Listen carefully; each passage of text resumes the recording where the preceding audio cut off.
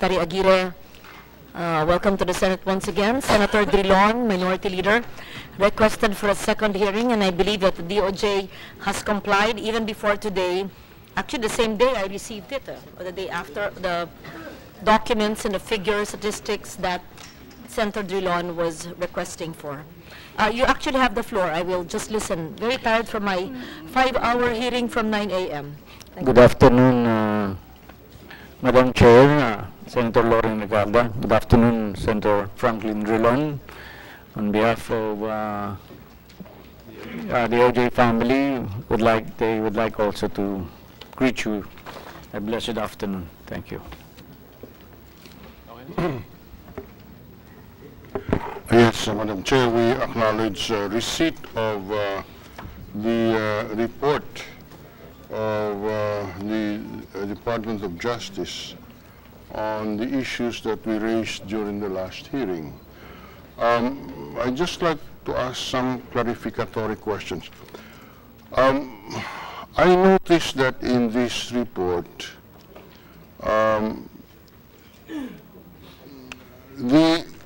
is it correct to say, Mr. Secretary, that the extrajudicial killings arising from the drug campaign is not included in the definition under AO 35? That's correct, Yes, okay. Mr. Senator. So that the data here, for example, on extrajudicial killing, number of incidents, 2016, 0. This only means that this excludes extrajudicial killings arising from the drug campaigns. Just for confirmation, Secretary Aguirre. Mr. Majority Floor Leader, may I ask our Minority Floor Leader, may I ask our user in charge, Mr. Attorney Reynan Hernante Orseo, to answer? Yeah. Would the Secretary mind if you can talk clearer on the microphone? I could not hear. Yeah. You were saying. May I request, Mr. Minority Floor Leader, that our user in charge, Mr. Reynante Orseo, be the one to answer this? Yes, certainly. Yes, please. Good afternoon, Mr. Senator. Yes, that is correct. The cases involving drugs is not covered by AO 35 because by mandate of AO 35 it only covers political related offenses. Yes. Obviously, when we asked questions in the last hearing, it referred to the deaths arising from the illegal drugs campaign, and therefore we would pursue that question. So the first question is, what exactly are the numbers that we're looking at since July 1 of 2016 for extrajudicial killings? Or let's remove the word extrajudicial killing. Let's just say the deaths that occurred since July 1, 2016 arising from the drug campaign. The reason we're asking this is we get all kinds of numbers, Mr. Secretary, and you could not blame us because we get all kinds of numbers. For example, in the last hearing, you mentioned that there were, I recall exactly the figure, 3,050 deaths arising from police operations, and you said over 1,000 arising from deaths under not arising from police operations. That's the first premise. During the hearing on August 24 on the Committee on Public Order and Dangerous Drugs regarding the Kian de los Santos death, you mentioned that, let me quote you, the deaths I presented sa US and Europe ay hindi lang yung 3,050. Hindi lang plus yung 1,000. Ang prinisinta ko po doon, if I remember right, is about 7,000 deaths because of legitimate police operations. And nandyan din yung mga, so tumaas, sabi ko, so tumaas ng 7,000 na po. You answered, hindi po. Actually, talagang mataas. Mas mataas pa nung last hearing natin. Now, so, and then the Human Rights Watch has released data that from June 30, 2016 to January 2017, deaths arising from police operation run to 2,503, and deaths from unidentified or killing from unidentified gunmen numbered 3,603, or a total as of January 2017, a total of 6,106. So, may I know first, Mr. Secretary, coming from you, what is your latest body count from July 1, 2016 to whatever is here now? Let's say just August 15 of 2017. You can classify it into police operations and from vigilantes or not police operations. We just want first to establish the numbers, if you can put that on record. Yes, Mr. Senator. May I ask now also our USEC and also to answer, because what we have here are the statistics on the killings provided for by the PNP. Whoever, as long as whoever will answer it, I assume this is the official response of the Department of Justice. Yes, you said or say? Yes, please. For the period January this year alone, for the month of Slowly, January. Yes, there is a... January 2017? Yes, sir. January 1 to 31, 2017. To? 31. To what month? January, for the month of January. Only for the month? I'll be reading about a monthly report coming from the PNP. These are reports coming from the Philippine National Police. Sige, let's start with January 2017, ilan? Number of incidents with motive to be determined is about 638. Total number of homicide cases not yet cleared is about 589. Can you repeat? 638. 638 is from police operations. I don't know, Your Honor, because according to this data, it is entered as number of incidents with motive to be determined. It's all homicide cases under investigation. What I asked specifically on deaths arising from the drug campaign. If it was, and I'm willing to accept first what are those from police operations and what are those from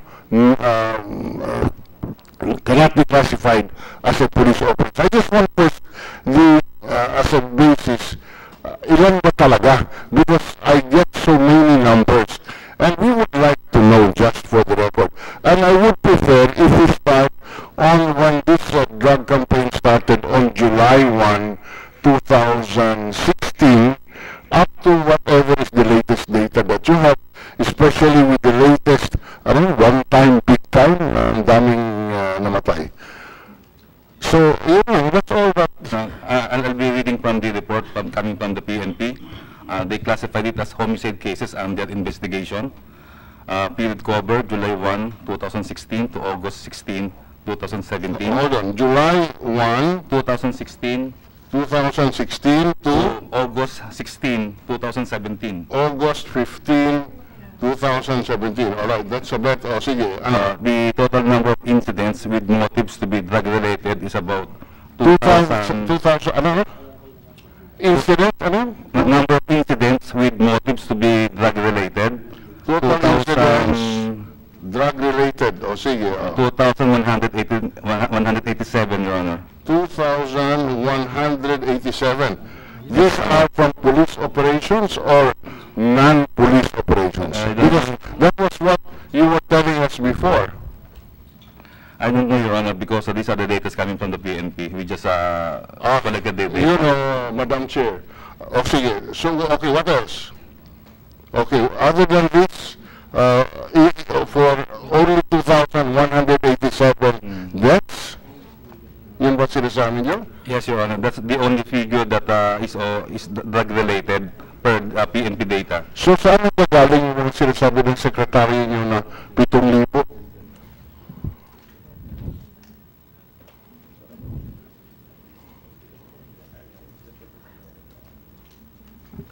Mr.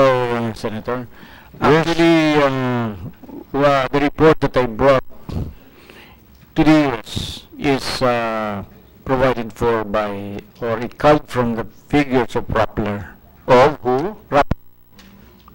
Rappler, not the PNP. Can I have a copy, can the committee have a copy of this report that you brought to the United States?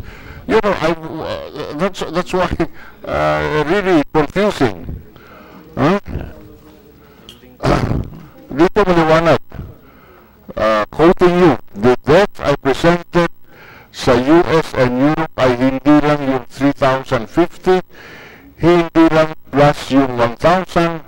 Ang presenta ko po doon, if I remember right, is about 7,000 deaths because of legitimate police operations, and nandyan din po yung mga.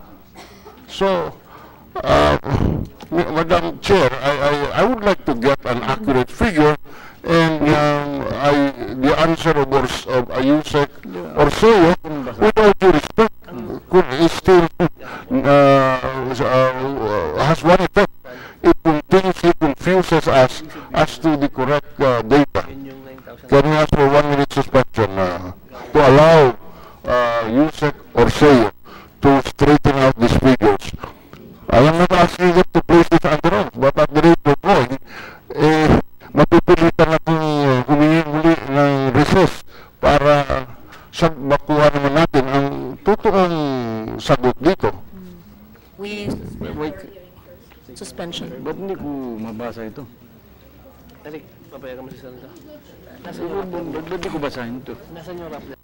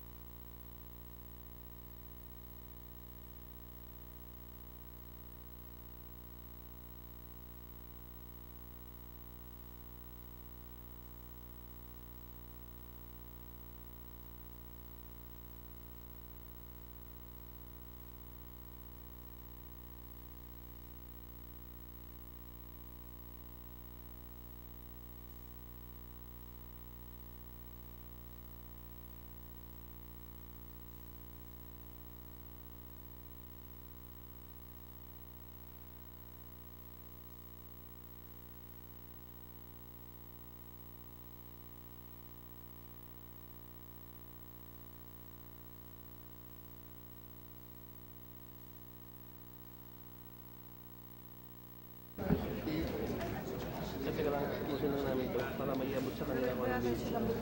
Yan ang naging basis nyo kapag yung sinalita. Ito, pati ito, buwasan ko ito. Teka, sandali. Itong, Sandali. Baka kasi tanongin niyo kung anong pagkakaiba. Yan ay Rappler.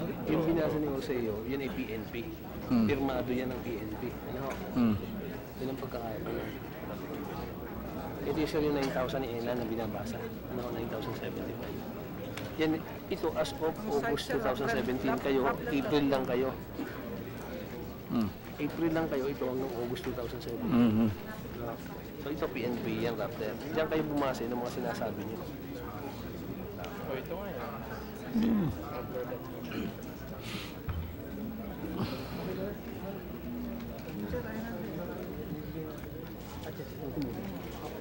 Sabihin niyo yung it was post-published on ganyan. April. as of April 23. Yan yung binase. Sabihin niyo na ako ng sandali lang. Kasi chinecheck lang namin kung pinindot ito, lalabas yung ano. Chinecheck lang.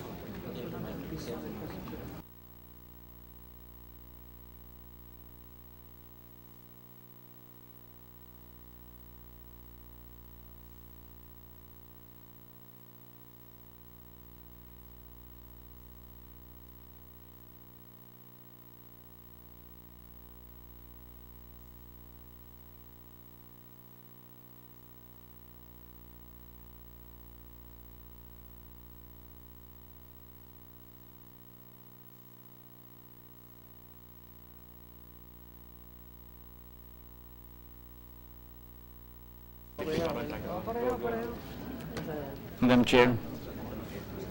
After verifying. Kung isasubmit na yan.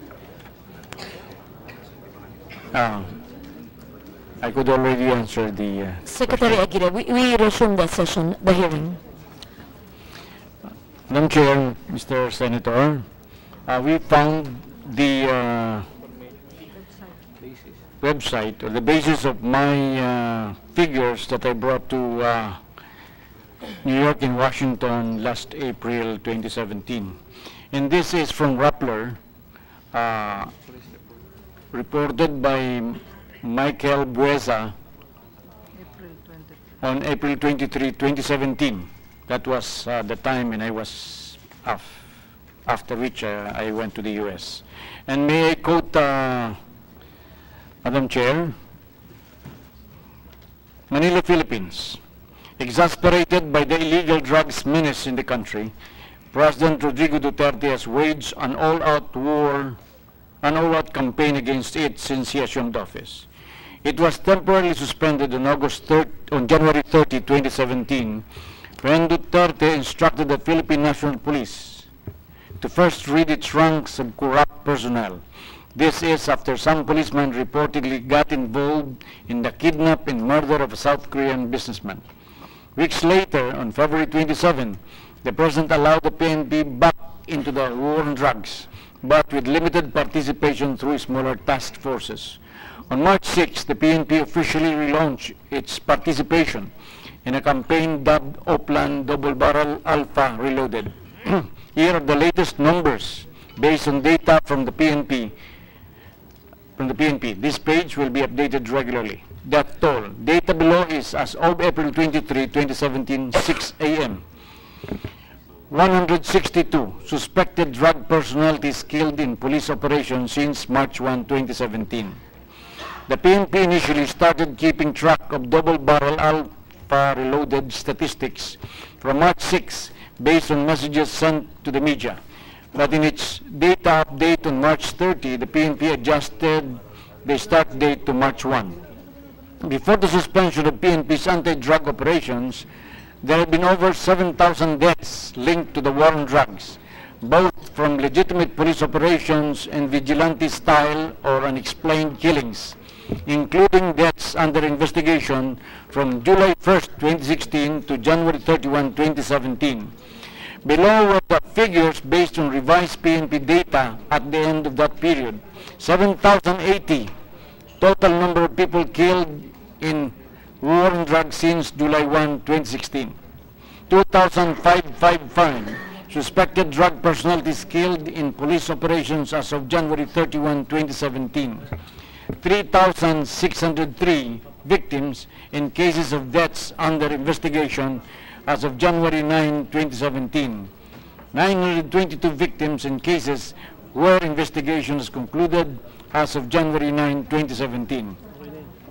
Can I just clarify?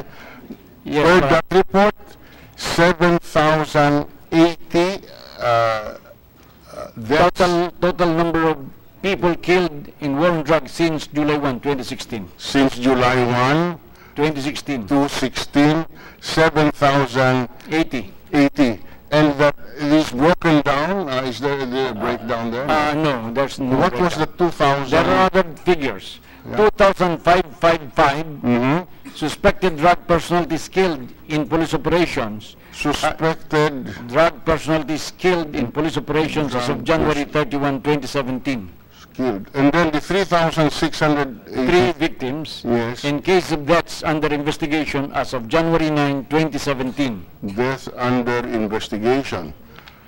And 922 in cases where investigation has concluded as of January 9, 2017. 922 are the investigations concluded. All right. First, let's clarify. Mr. Senator, I think the breakdown are the 3 figures after 7,080 because the I'm sorry. total I'm sorry. the 255 plus 3,603 plus 922 will total Is 7,080. Yan, all right, 7,080. That's what I was saying earlier. That 7,080 is the total figure, and the breakdown is 2,555, 3,603, and 922. Yes, Your Honor. Yes, Your Now, Honor. just to clarify, this is per Rappler from July 1, 2016 up to April 23. April 23, 2017. Hindi pa po kasama yung sinasabi ng one-time, big time, where, in Bulacan alone, 32 died in 24 hours, in Manila, 25 dead in 24 hours, in Kamanaba, another 81. Hindi pa kasama yun. Hindi pa po. No. Hindi pa po. So kung isama-sama lahat, first question, do you confirm these figures of Rappler? Because, you have a little uncomfortable that the Secretary of Justice will rely on the report of Rappler, a news agency, not his own. But nevertheless, I just ask for confirmation. Would the Secretary confirm the accuracy, not to the last death, but more or less, is this a correct figure? Your Honor, more or less this is a correct figure because from the news item, it is appeared to be quoted from the PNP figures. All right. Now, what is there any number since April 23, 2017? Mayroon ba? Yes. What is the number? May we request our USEC or so. Say, all right, sige. So, 7,080 plus what?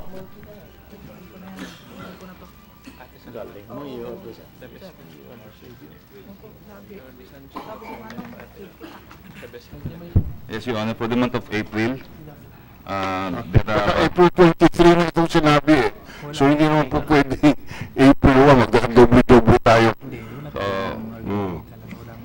so I will start on the O sige, Mayo na lang. Never mind the 1 week in April na natitira. From May na lang. May, for the month of May, there are reported cases under investigation from the PNP, total number of 47. For April. For May. May. 2000. For the month of June, there are 27, Your Honor. June. Okay. For the month of July, there are 46 cases. And for the month of August, as of August 15, there are 24 How many? 24. August 16. August 1 to 15. Huh? August 1 to 15. August 1 to 15. August is how many? 24. 24. August 1 to 15. So, ang kabuuan nito is how many? 14, 18. A total of 144, Your Honor. Huh? 144. 144 plus 7,080. Ganun ba? At plus 7,080. So, okay, 7,224. We can say is the figure that we are working at as of August 15. Is that correct? Just very rough. 7080 plus 47 plus 27 plus 46 plus 24. Correct my addition, but I added to be 7,224. Can I get the addition lang ito? Under the assumption that the PNP data the Rappler quoted the data from the PNP correctly, exactly the same as it is, and the one that I read right now is coming from the PNP, that would be, I think, more or less correct, Your Honor. All right. Now,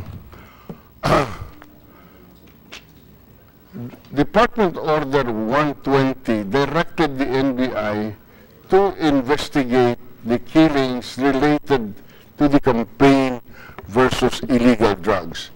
Our working figure is 7,224. How many were investigated?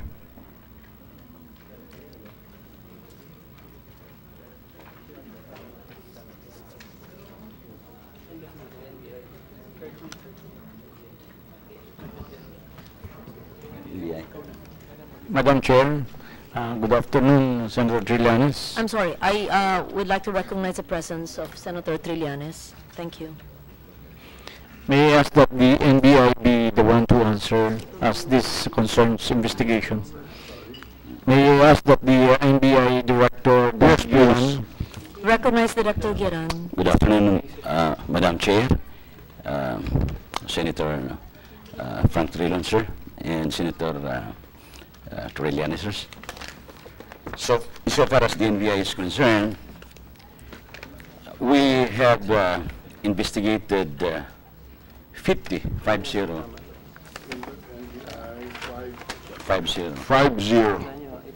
Okay. That's related to drugs. 50. 50, sir. And how many of these cases were terminated, or how many investigations did you finish out of the 50? We have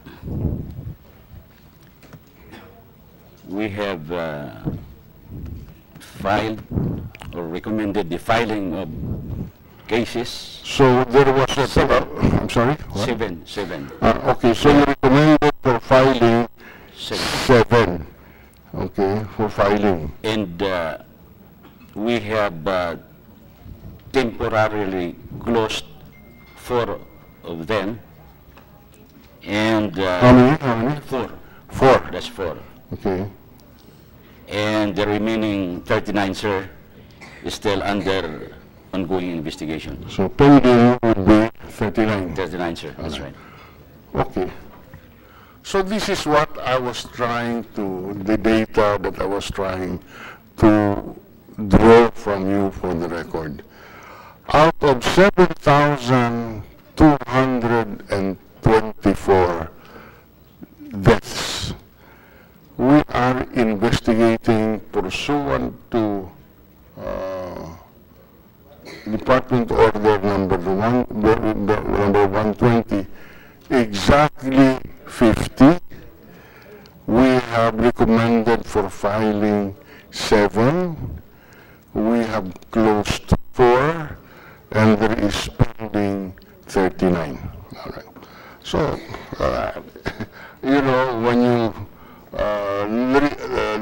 these figures would just strengthen the perception that indeed we are not moving anywhere to solve these debts because of the inefficiencies, either inefficiencies or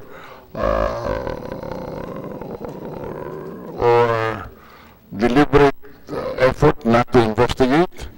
Because when the people would hear this kind of a figure, ay talagang hindi na po naniniwala na talagang seryoso tayo in solving this problem. That's all that we are trying to project now.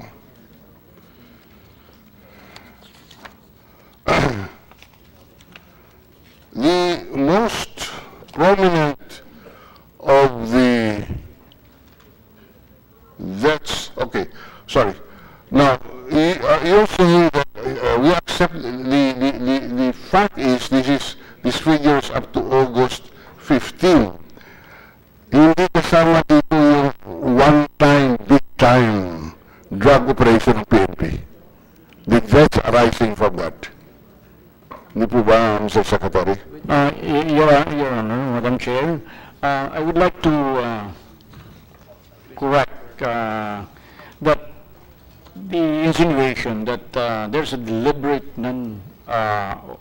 effort not to prosecute. The truth is, we have been investigating on complaints that reach us. The NBI investigated only 50 because that's the complaint that reached the NBI. Mostly, the 1,000 other killings are supposed to be investigated by the PNP. So this is no longer outside, this is no longer with the department. So would the Secretary know, the Secretary know how many are being investigated by the PNP? So unfortunately, we have no data to that effect. We will ask the PNP to prepare that. May we request the LBRMO when the DILG hearing comes for the PNP to be ready with those figures, and we put the figures together. We accept that. Wala pa namang, yeah.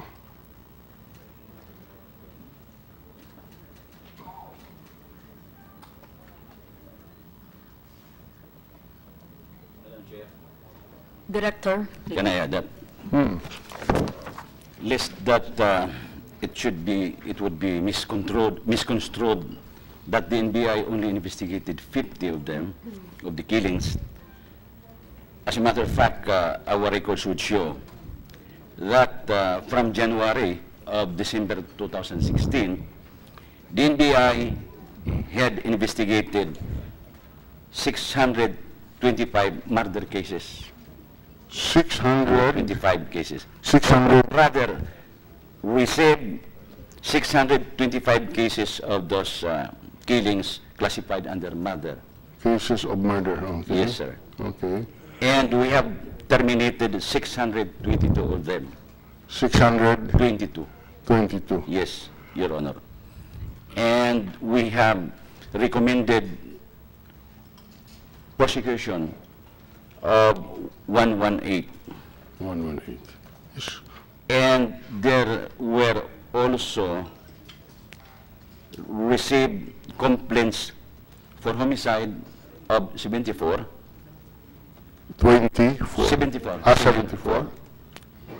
And we have terminated 87 of them. And I assume that the difference was a carryover from the previous year. And for those homicide, killings or deaths classified as homicide, we have recommended 25 of them. Well, thank you for that clarification, Director Gueran. It is not our intention to downgrade the NBI. Wala po namin yung ahensya ngayon. Nandiyan ako galing sa departamento. At kami po ang nagtulak ng pagbabago ng yung NBI. I was the one who offered that. So we are very thankful for that, sir. Now. And can I add that one? Yes, one please, answer? please. And those figures, nonetheless, I would like to state the facts that in the NBI, there are only 543 agents. All right. 543. All over the Philippines. 543. And that has to be reduced by 32. Because I am not an operative right now. The director, of course, my deputy directors, the regional directors and assistant regional directors. Okay, we take note and we take note of the effort of the NBI to discharge their function as efficiently as they can given the limited manpower.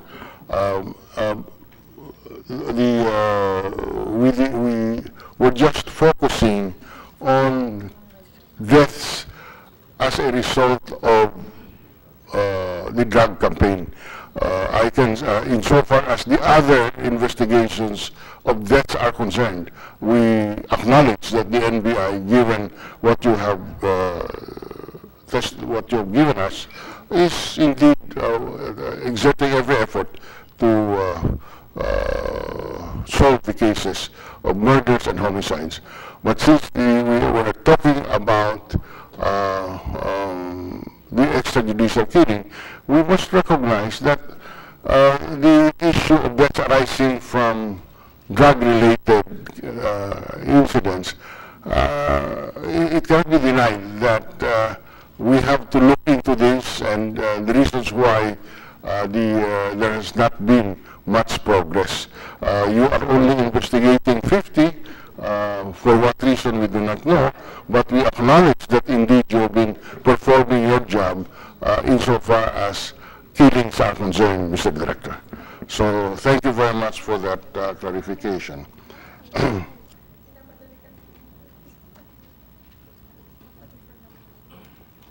All right. Again, it's also confusing, Mr. Secretary, because the data from the PNP showed that from July 2016 to March 2017, the total number of homicide cases per report of the PNP naman was 9,432, of which 1,847 were drug-related, while 1,894 were not drug-related. The remaining 5,691 cases, approximately 60% of the total figure, were still under the category deaths under investigation. So talagang nakakahilo ito, nakakagulo, and I hope it is not, and it is our hope that we could clarify this number of deaths, because it goes into our policies on investigation on this very difficult issue. Now, let's shift a little bit. Recently, there was a house-to-house testing conducted by the police in the Payatas for drugs. Is that correct, Mr. Secretary? That's what I read, Your Honor, in the papers. Now, may I go back to the observation of the good senator that now PNP's figures around 9,000 plus, but I believe that the 7,080 total number of people killed in this war on drugs as of April 10, 2017 is already included in that 9,000 plus. Yes. So since the figure 7,080 is as of April 10, 2017, April 10. the almost 5 months after April 10, 2017 could be the time when the additional deaths of 2,000 plus happened. In a span of? In less than 5 months. Huh? Less than 5 months, Your Honor. Less than 5. That's what you said. Anyway, so all right.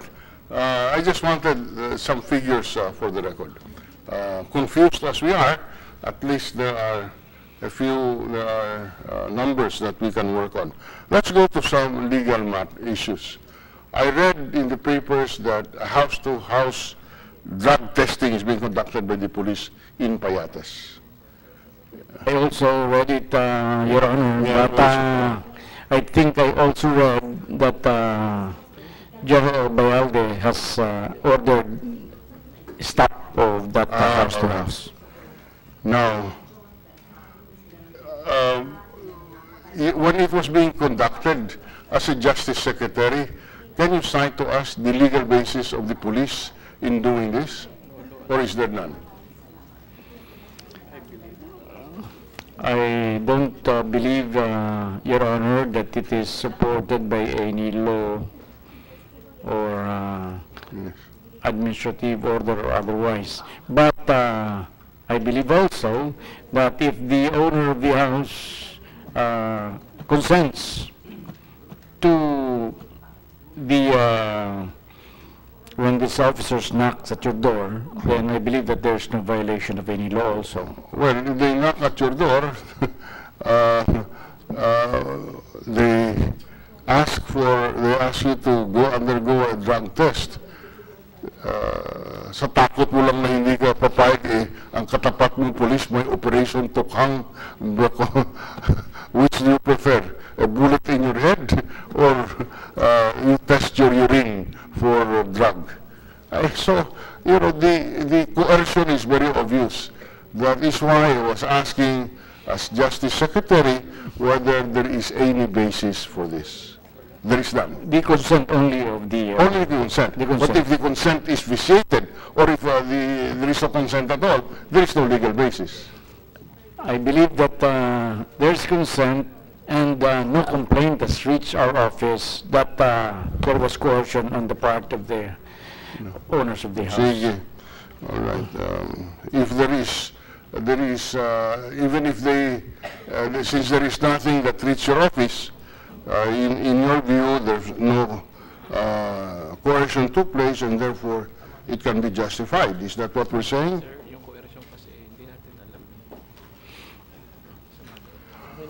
Now,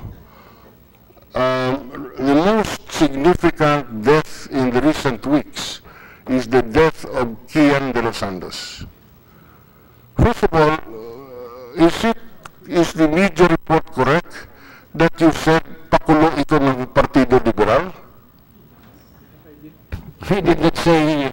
I did not say... That's why I'm asking. I did not say anything of that, to that effect. There was a report from Giorgio Robles, a columnist, saying, you were quoted as saying in VWIC that 2 million was offered to the parents of De Los Santos, and this plan was hatched in the house of, this plot was hatched on Times Street. We all know that Times Street is where President Aquino lives. Are you saying that this is what to confirm for the record? Sinabi niyo po ba ito? Hindi naman. Wala po ko sinasabing ganyan. Ang unang-una po, we have to set the record straight that the one who divulged this to the public is the columnist, Yes. the reporter, Mr. Giorgio Robles. And he came out of this report on August, on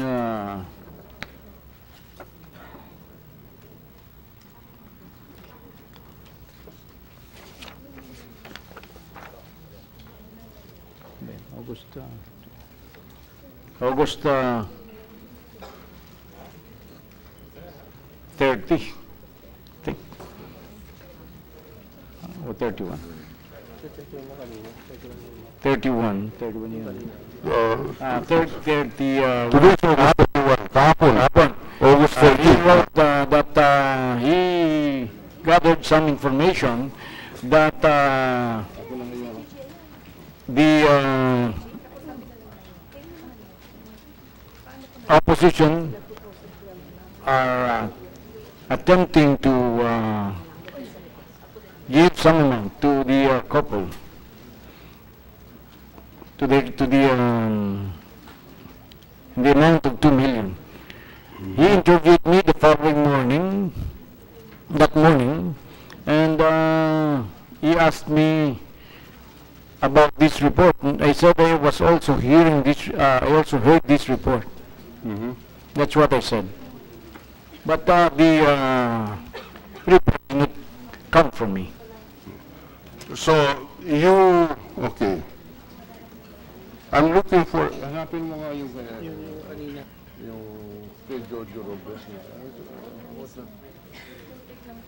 Oo. Whatever.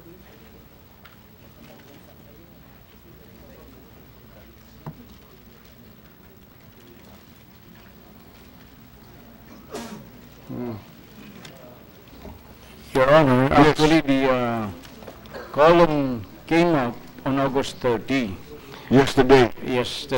And then he had another column today, and may I quote from the column of Mr. Robles the following.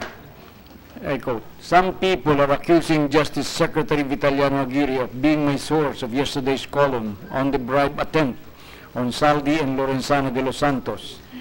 This is a brazen attempt to divert the 2 million bribery issue by trying to find the source of the report and in all likelihood to exert pressure on him or her to recant. To be fair to Aguirre, he merely confirmed hearing about most of the facts I already reported when I interviewed him on my radio show, Carambola sa DWIC, yesterday morning. And for doing so, he is now being accused of leaking the bribery story to me. So I deny that I am the source of this story, and what I told in the interviews that I heard of the same report. You heard of the same report? From other sources, of course, not from Jojo Robles. All right. Would you be willing to tell us the source of this report? I'm sorry, Your Honor, but actually, yan yung mga sabi-sabi, mga bulong-bulungan, and I really could not identify the specific source of these reports. Bakit hindi po? Why, you read it somewhere, no? Or did you hear it somewhere? No, actually, yan po yung pinag-usap-usapan sa iba't iba. I have plenty of people to have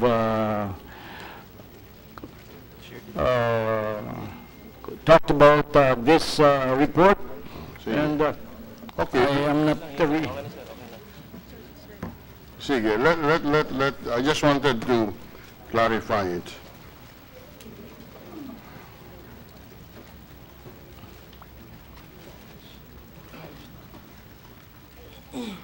All right. Let's go to some specific. Now, of course, you are not aware. You do not have a record of how many minors, how many children became or died as a result of these police operations. Hindi po niyo alam? I have only the statistics or the records for Metro Manila furnished by the PNP. All right. And this was revealed during the last committee on public order hearing. Okay. That out of 518 minors arrested relative to this war on drugs, only this killing of Kian, the 518th arrest resulted in the killing of a minor, and that is Kian de los Santos. That's why I said that this event, or this unfortunate event, is an isolated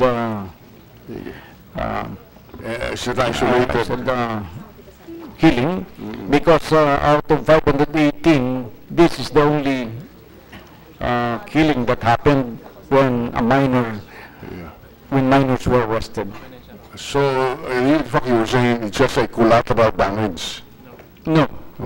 As a matter of fact, I did not say, as a matter of fact, I said that it is, unlike the other killings of some minors, this is not a collateral damage because from the evidence, from the video, from the CCTV, it appears that this is an illegal killing. All right. Oh, sorry. Yes. Now, were you also aware? Okay, so you were just talking about only one in Metro Manila. Of course, whether they come from Metro Manila or somewhere else, it's always one death too many, especially with minors are concerned. Would you agree? I agree, Your Honor, because death is death, and death is always a tragedy. Yes. In fact, there were a number of minors killed in the course of the police operations on drugs all over the country. I do not have the data, but these are what I said as collateral damage. These children that killed during these operations by the police are not specifically targeted, or they were not killed intentionally. They were killed because of the operation against their relatives or against somebody else. All right. Just based on newspaper accounts, I will place on the record the deaths of the minors and their ages. Based on news accounts, we have Althea Borbon, 4 years old, died on September 1, 2016 from gunshot wound sustained during a bypass operation against her father, Aldrich Borbon, in Gihulngan, Negros Oriental. A Danica May Garcia, 5 years old. Danica was preparing to go to school in Dagupan, Pangasinan on August 23, 2016 when a stray bullet took her life, with 2 motorcycle riders allegedly barged into the house looking for Maximo Garcia, Danica's grandfather.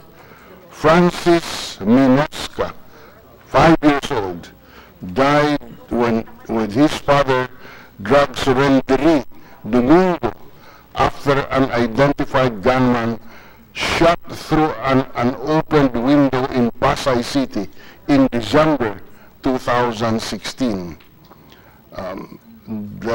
San Nino Batucan, 7 years old, was killed by an unidentified gunman in Cebu. According to the report of Cebu Daily News, the 7-year-old was inside their house. An infant and a teenager in Ampatuan, Mindanao. A Christine Joy Sailog was killed by a stray bullet on December 22, 2016 when there was an operation against Alan Hernandez. A certain Michael Diaz, 16 years old, was found inside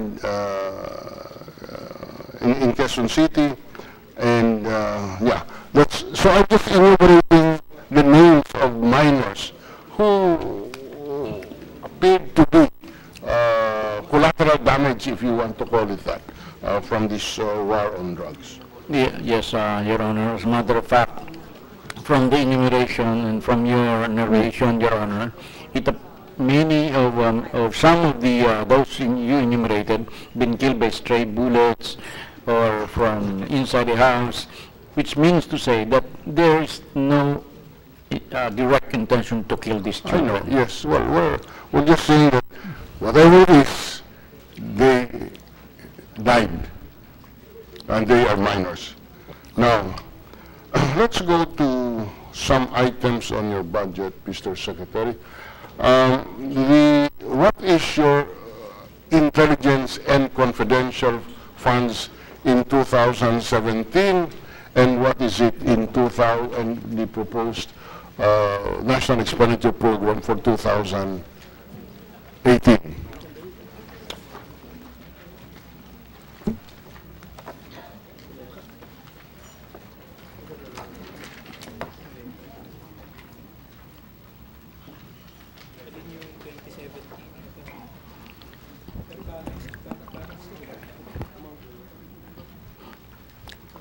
have 2 minutes, Your Honor.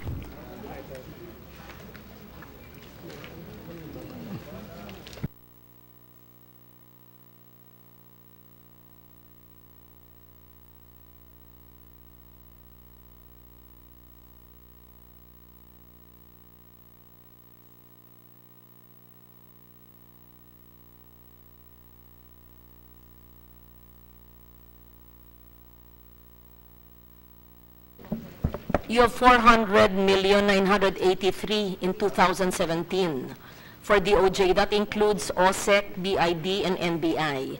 In your proposed budget, you have 367,285,000 for your intelligence budget.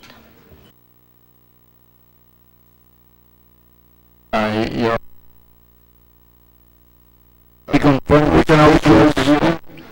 confirm those figures, but those confidential expenses includes all other attached agencies to the DOJ. Sorry, Includes all departments, all offices, bureaus attached to the DOJ, such as the Bureau of Correction. Bureau just of all right, Correction. just on the DOJ proper Office of the Secretary, what is your confidential and intelligence funds allocation for the current year? What is the proposed? How did you disburse the current budget for confidential and intelligence funds? For 2017, Your Honor, Madam Chair, we had a budget of 26 million. Sorry? 26 million. 26,285,000. And the same was maintained in the 2018 budget, 26 million also, 285. In the 2018 proposal, it's still the same. Same. 26,285,000. That's right, Your Honor. This is lodged in the Office of the Secretary. Yes, Your Honor. Can you give us how this was disbursed?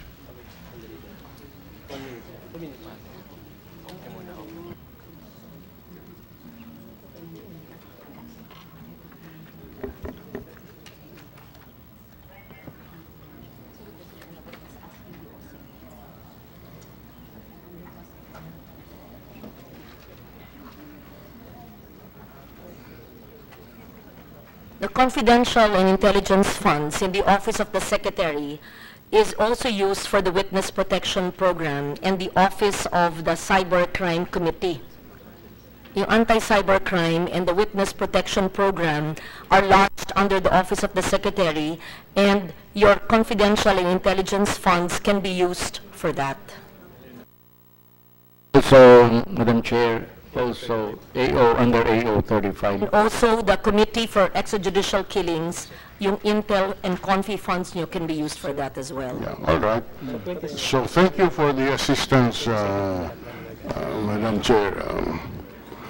Your Honor, Mr. Yes. Madam Chair, Mr. Senator, Yes. as of now, we have not spent any centavo for 2017. You have not used your confidential and intelligence funds As of July as of July, zero 2017. disbursement? Huh? Zero disbursement? That's right. That's right, Your Honor. Well, very good. Maybe you don't need it anymore, and we can remove it in the next budget. We are going to spend it as No, not the NBI. The NBI needs it.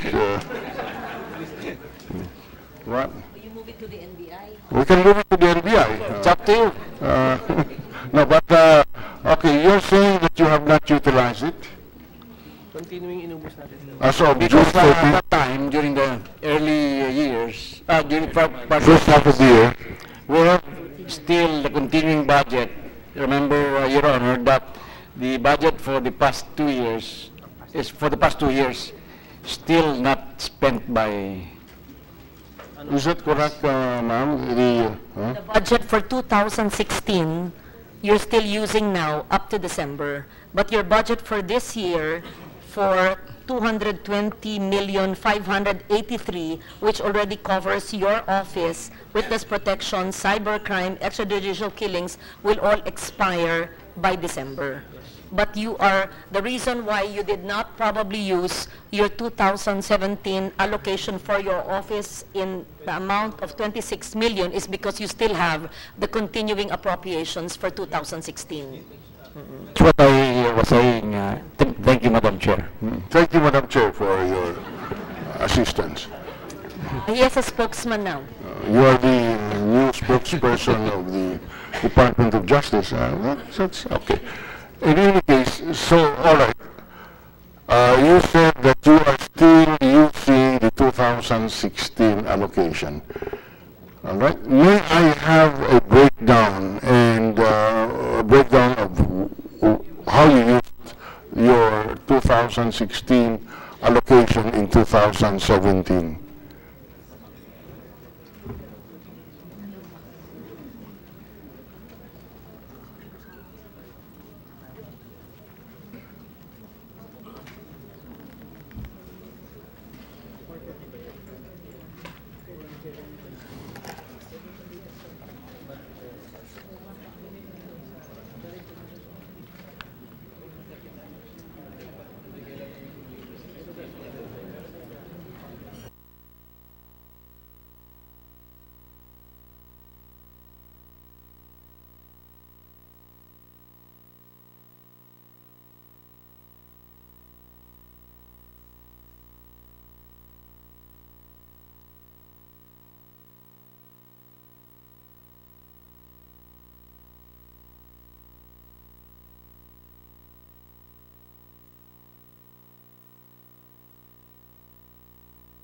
Ano yan eh, private.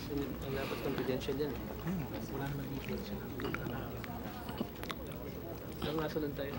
Your Honor. Monday. Hindi. Please proceed, Secretary Gill. We are required under the GAA to submit our usage of these confidential expenses to the Speaker of the House and to the Senate President. And I was informed that we are complying with this faithfully.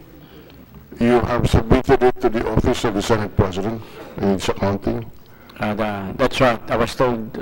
Anyway, so it's already of record in the Senate somewhere. I didn't see it. So do you have a copy of that report so that we can look at it? We will, if required, we will submit, Your Honor. Can I confirm from the Secretary of the Committee if indeed there was a report on this? Yes. It was submitted. It was submitted to Saan? Huh? It is for the witness protection. Okay. Ito yung sa Bureau of Immigration.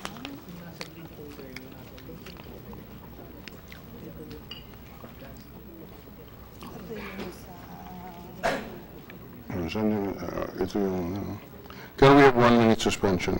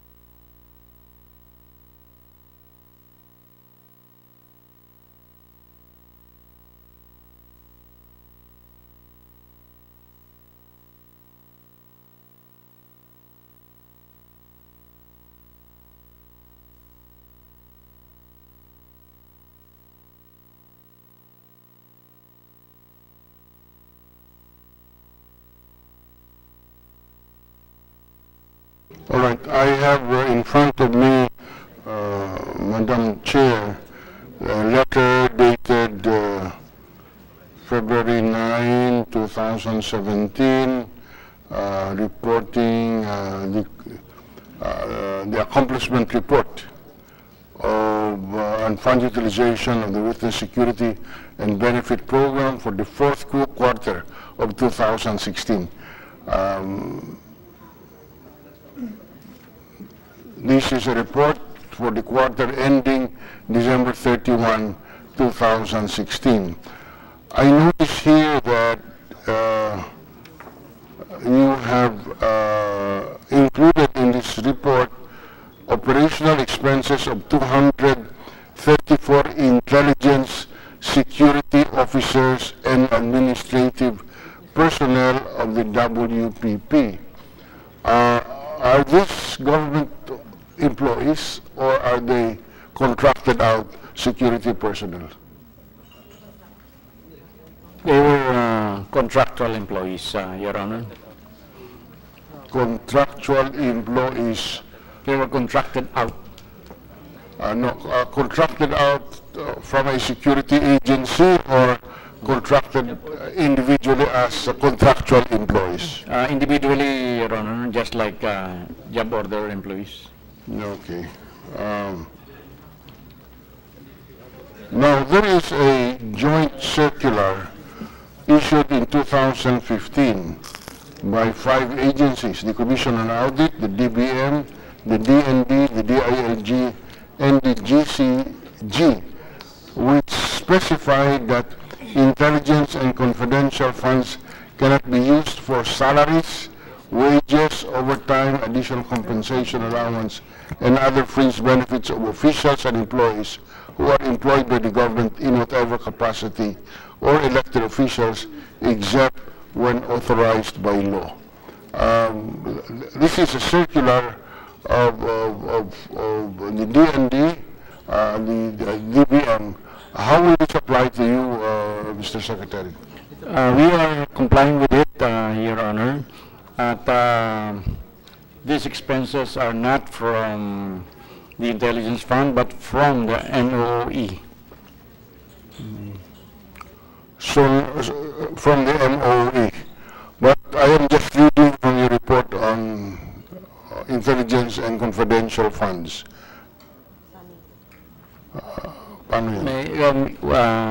Mr. Could you explain? Could you read again so that because we might have some explanation for that? Okay, let me read to you your letter dated February 9, 2017. A portion of the confidential fund is utilized to pay for rentals, maintenance, and repair of 75 temporary shelters, safe houses nationwide, maintenance and repairs of several dozen vehicles, maintenance and repairs of firearms, and for the operational expenses of 234 intelligence security officers and administrative personnel of the WPP. That's what you said in your report. May we ask our head of WPP to answer that? Yes, please.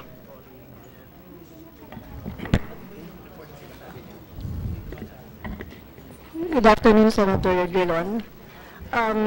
We pay our intelligence security officers out of the MOE under other professional services. We do not use the confidential funds of the program for the payment of their monthly fees. Can you please say it again? I'm sorry, I didn't catch the last place. Use the microphone, please.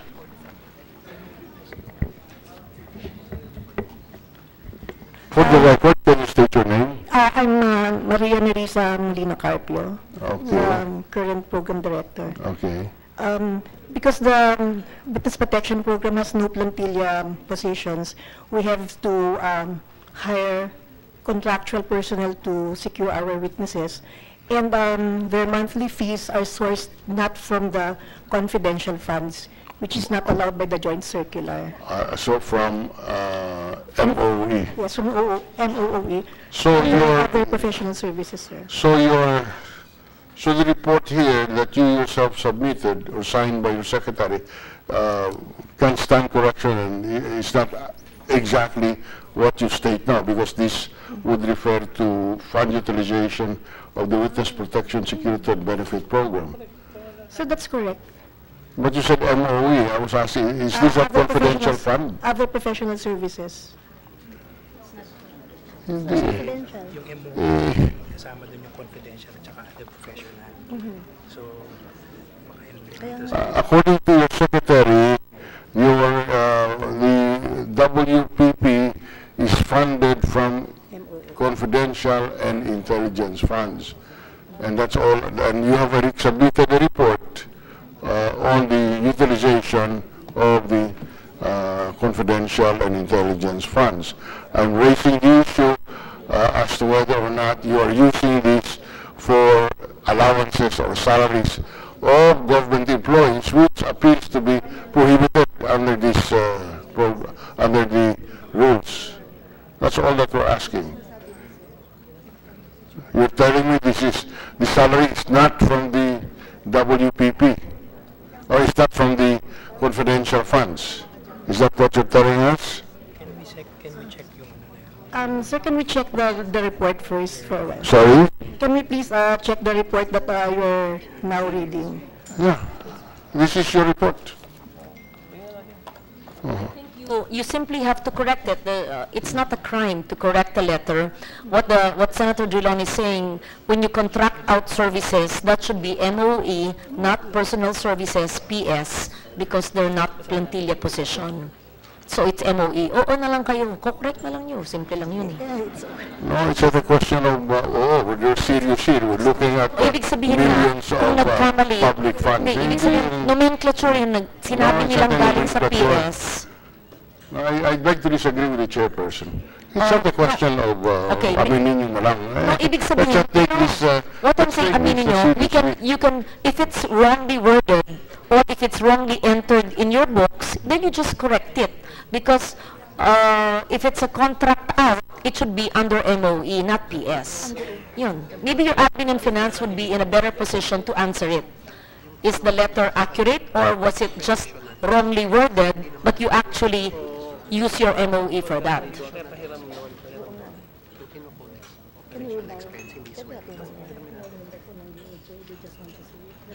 Sure. Letter nila yun. Simple question. The WPP funding comes from MOE. Is that your question? The WPP funding comes from confidential and intelligence funds. And MOE, sir. And MOE because you contract out services. Yes. No, that's why I'm trying to clarify. The report that they submitted said WPP funds were used for this purpose, and WPP funds is funded out of intelligence and confidential funds.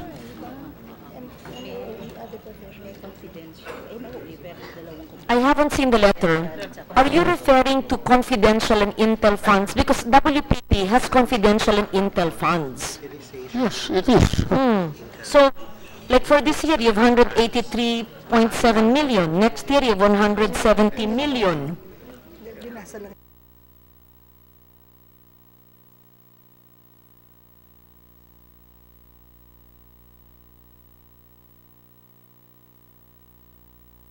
Just for clarification, the funding of the WPP falls under the classification intelligence and confidential funds.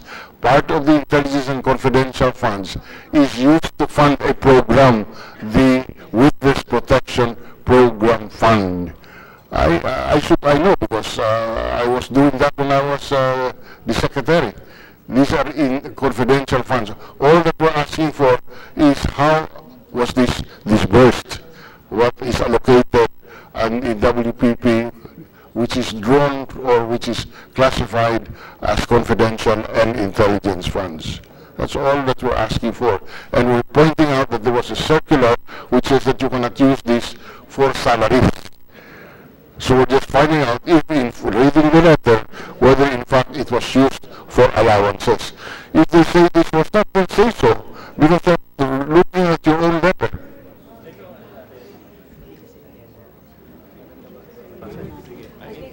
Madam Chair, could we hear the ASEC for Finance Adus Sulit to explain. Yes. Thank you, Madam Chair. I've read the letter being referred to by Senator Drilon.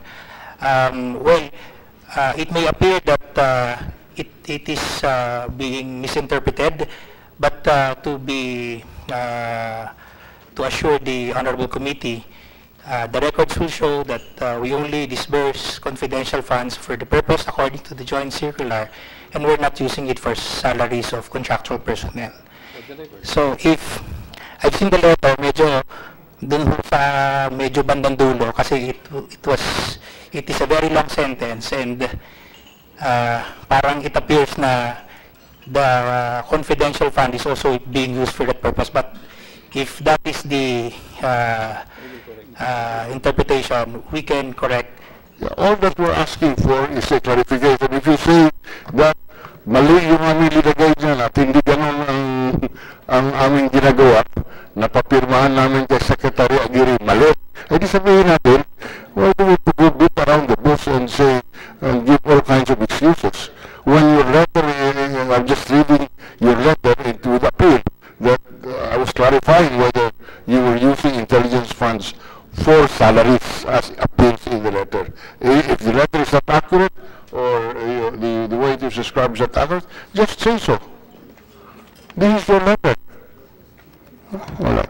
I have other questions from the other agencies, but I see that Senator Trillanes is here. I can rest for a while on Secretary Aguirre. I have other questions from the other. Papahinga muna ako.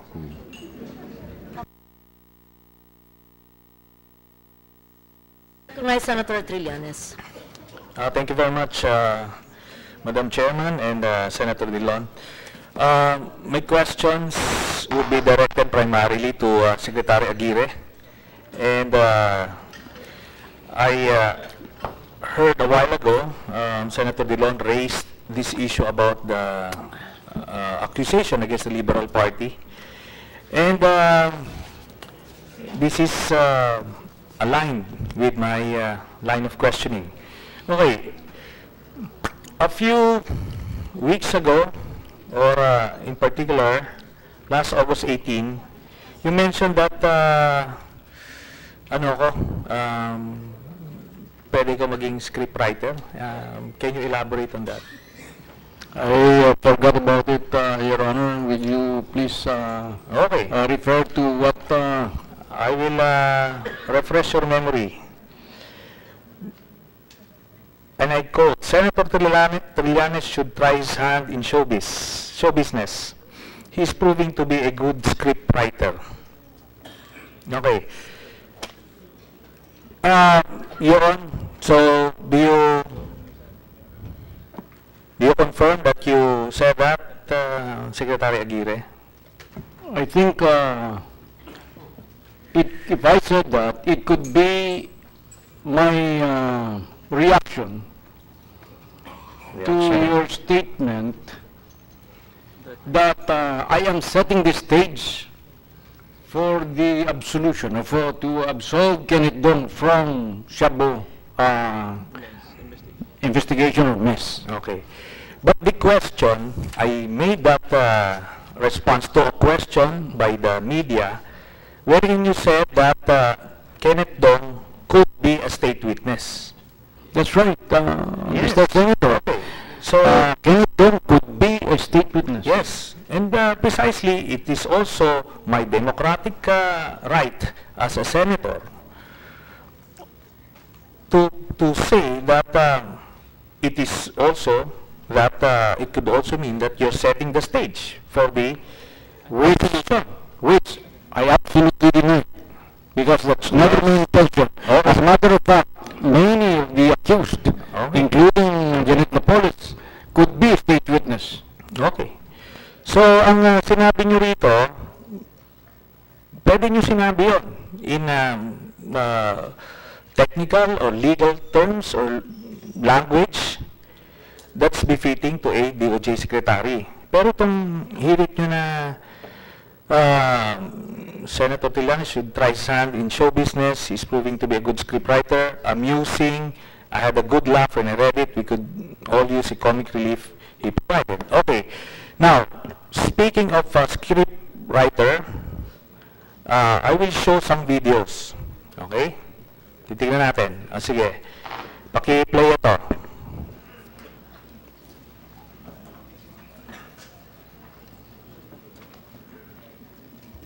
January 3, 2017. Yan.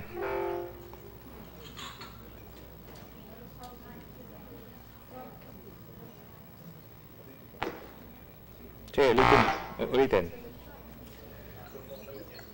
Oh. Did we request PSA to be present at our hearings? PSA, Philippine Statistics, para anytime I statistics on the next PSA. Let's say nutrition, DepEd, living, mga kailangan. Pero sa tingin natin na kailangan. Oo, kaya na DTI, pinaka-embed na DPN at PSA. May alam na PSA. Oo, sa PSA. Kaya lang yung bagay. Oo. Statistics, number of meetings. Nare-recall mo yung press conference mo na yan, Secretary Aguirre. Anyway, naka-video yan. I had so many press conferences, interviews, and I could not recall that, especially if I could not hear the voiceover. Well, nung press conference na yan, maayos nyo ba yan?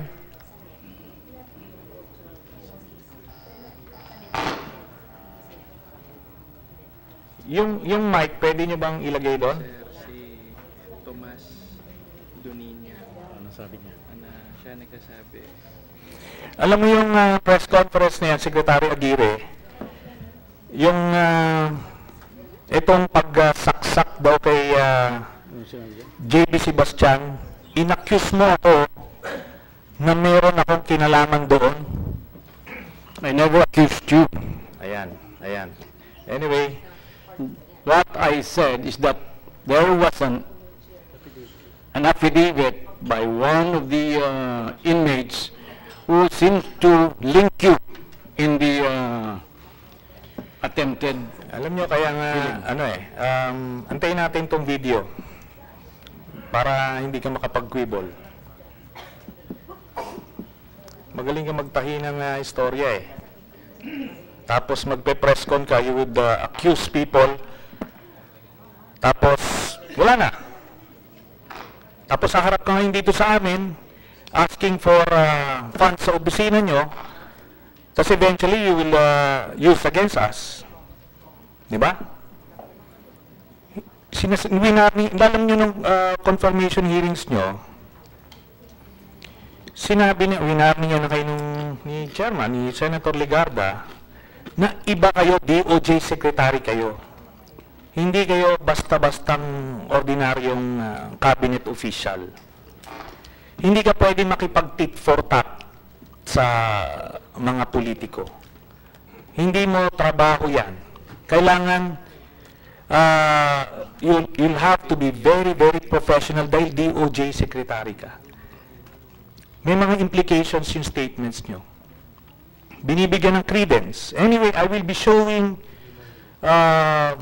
several videos kung paano ikaw ang naging scriptwriter. Okay? Pinaghandaan mo ito. Talagang nag-prepare ako, may effort ako dito. Dahil, dahil makakalimutin na daw itong si Secretary Aguirre, hindi niya nakakalimutan niya pagka nagsalita siya ng wala sa ayos eh.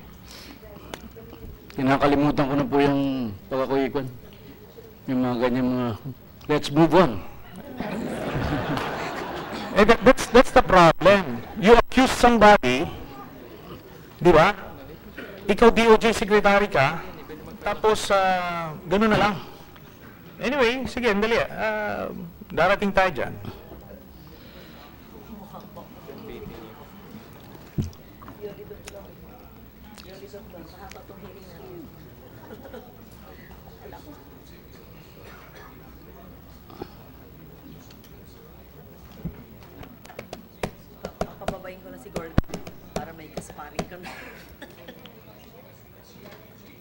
Doon ay binanggit noong sumaksap kay G.V. Sebastian ang mga pangalan.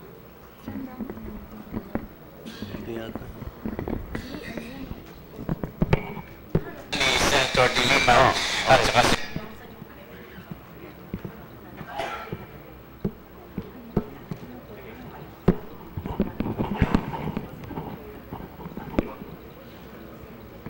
unang-una po, kahapon tinanong ako ng leading sa isang press conference kung ano na ang progreso doon sa investigasyon na ginagawa tungkol doon sa threat sa life ni J.P. Sebastian.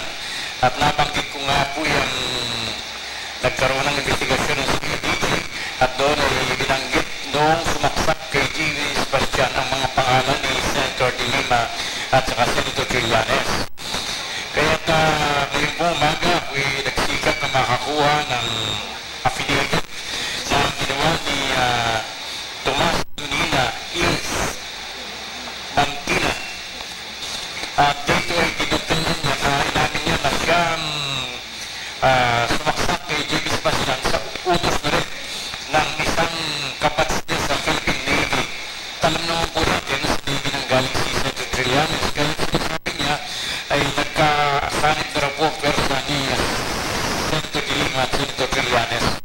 Oh, hindi ba yun yung, yung script writing na pinag-uusapan dito? Biruin nyo, inutusan daw ng isang kabats niya na taga Philippine Navy na hindi mo nga minention na alam nyo naman na ako, galing akong Navy. Ganun ba yun? Ganun ba standard ng investigasyon ng, ng Secretary of Justice? Please, be cool. No, that is not our investigation. That is the investigation of CIDG, and CIDG is not under DOJ. Huwag mo kapagtaasan ng boses. Secretary Aguirre, huwag mo pagtaasan ng boses. That's how I answer the question. Well, ngayon, ganito. Sinabi mo doon, media, yung mga nanonood doon, anong palagay mo magiging reaction? Sino nag-iimbestiga? Wala naman pong nakalagay doon eh. Ang nakalagay lang doon, it was CIDG investigation. The way you said it, ang pinag-usapan natin, that same interview. That's the way I said it. I see yung tinatanong kita, I'm nothing wrong in the way I answered it. Okay, tanong kita ngayon, am I involved dyan sa pagsaksak kay J.B. Sebastian na yan o hindi? Well, how could I know? I am not the one investigate. I'm not the investigator. So, sino ang nag-handle niyan? We are not handling that case. As a matter of fact, it was the CIDG who investigated it, and it was never transmitted to my department. And ano personality mo? I was informed ulitin nga natin ulit. Nag-set ka ng interview na yan precisely to smear my name. Hindi, ulitin na lang muna yung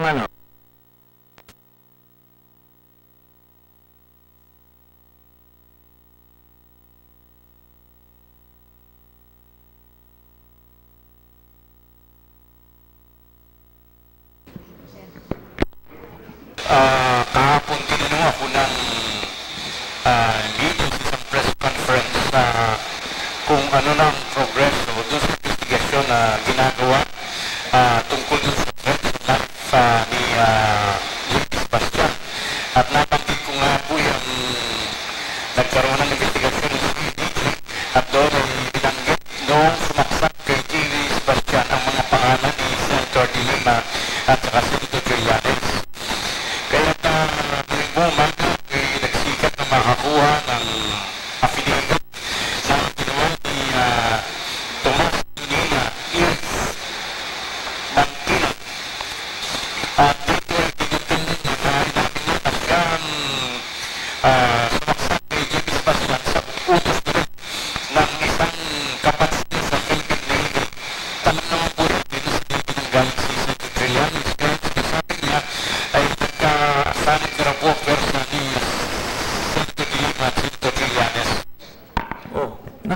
gaano ka-fantastic yung theory mo.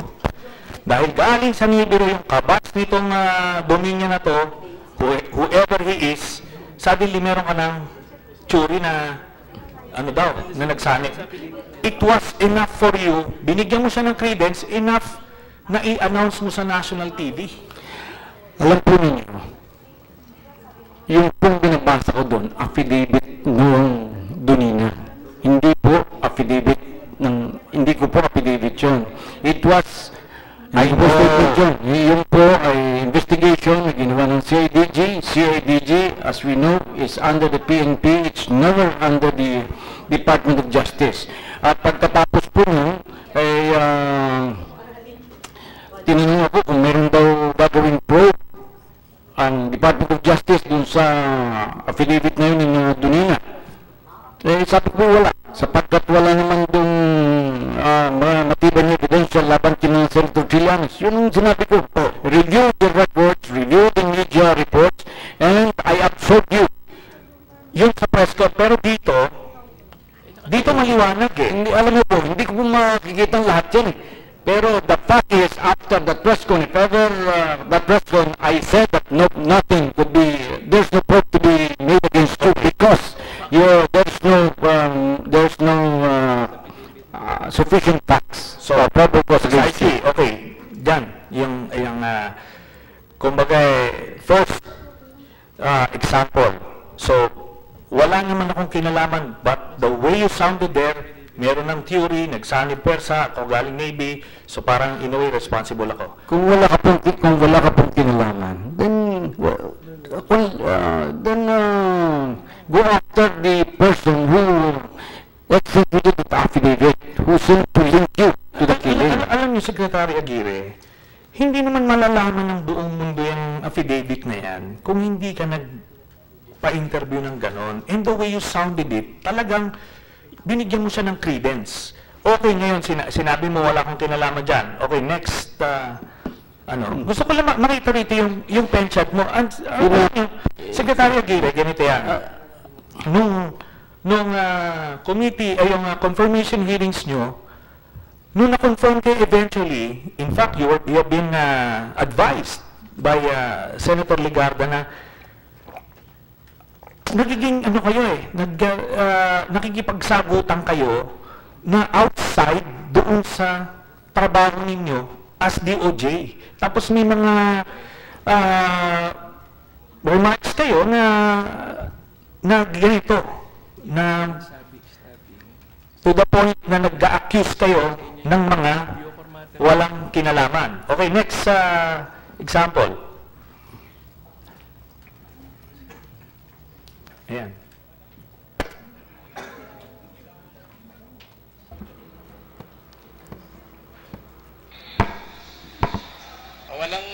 Walang nang maisip kasi yung mga dilawan na yan, yung magtatli mga senador yan, na para lamang idiin ako. Yung dalawang komisyoner, nagdeklara na walang kinalaman si Atty. Aguirre. Si Kalima, nakating tinanggal, nagdeklara na walang kinalaman si Secretary Aguirre. Si Sondoro, na dinimanda dyan, walang kinalaman si Secretary Aguirre. Bakit gustong-gusto nila akong maging magkaroon ng parang party doon sa sulang niya. Sapagkat nasa isip niya tatlong senador na yan, o yung ibang nag-iisip niya, na kung sila nasa katawan ni Secretary Aguirre, hindi ko pa nanapasin, tatanggapin ko na yung daang milyong panulo lang dito sa tatapin na meron sa tao na maraming tumanggit ang ganun malaking suhol. Looking forward to February 7. Ilapat nyo. Pwede ba? Trillanes. Dilima. Karana. Meron. Papalit i-open din ang dalawang commissioner ng immunity para magsabi rin ng buong katotohanan at ako'y din. Bakit ang katotohanan? Nila. Magsabi ng katotohanan. Ang sabihin nila, yung kanilang culpability kung bakit nagkaroon ng Jack Lam dyan. Yan, sabihin mo, di na, bakit natagalan si Jack Lam dyan? panunungkulan na nag-operate ng online gaming.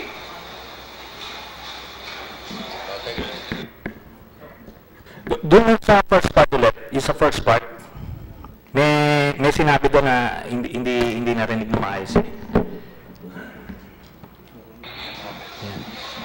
Walang maisip kasi yung mga dilawan na yan, yung magkakli mga gano'ng mga senador na yan na para lamang... Thank you. Narinig niyo yan, Secretary Aguirre? Yung dalawa yun, aside dun sa minuran mo, mga gagong mga senador, tapos nung huli, in-accuse mo pa na minamani-offer namin na nag-offer kami immunity para i-pin down ka. Alam po yun, yan po yung matagal nang naresolba. Naresolba po yung committee ni Senator Gordon and if on the Blue Ribbon Committee.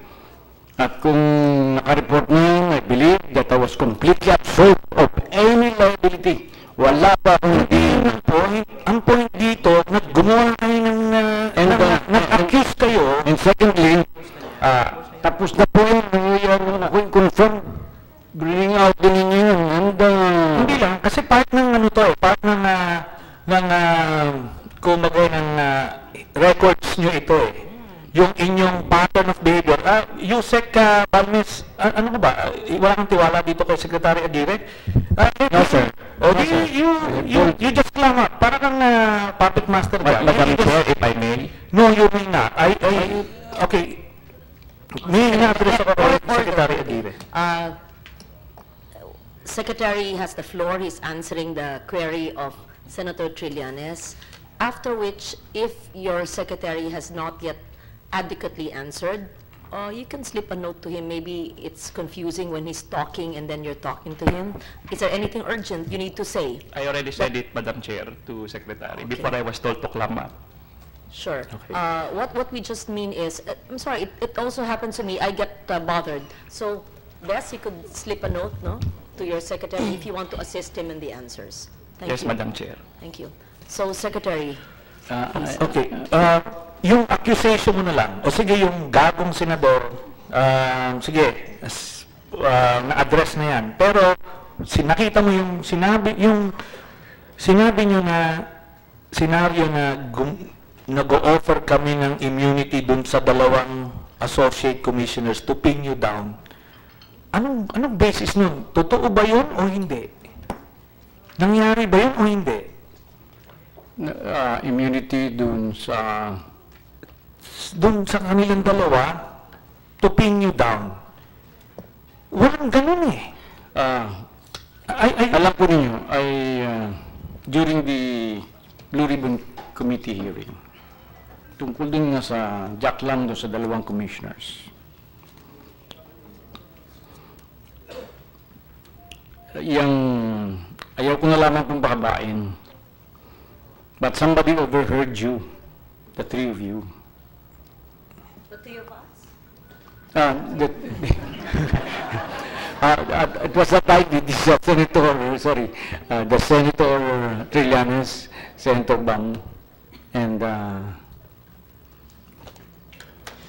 alam nyo, napipidan kayo ng ng napaka-gullible nyo process ng information. Dapat bina-validate nyo yan. Kasi yung any offer along those lines, tatanungin nyo lang yung dalawang associate commissioner Inilapitan ba sila? Inuperan ba sila? That's the easiest way to validate that. Ano sinabi sa inyo? Meron ba? Was there such an offer? hindi na po kasi may nag-overhear kayong tatlo. Sino po yung tatlo? Hindi. Senator Trillanes, Senator Bang, and I think Senator Pangilinan. If I remember right.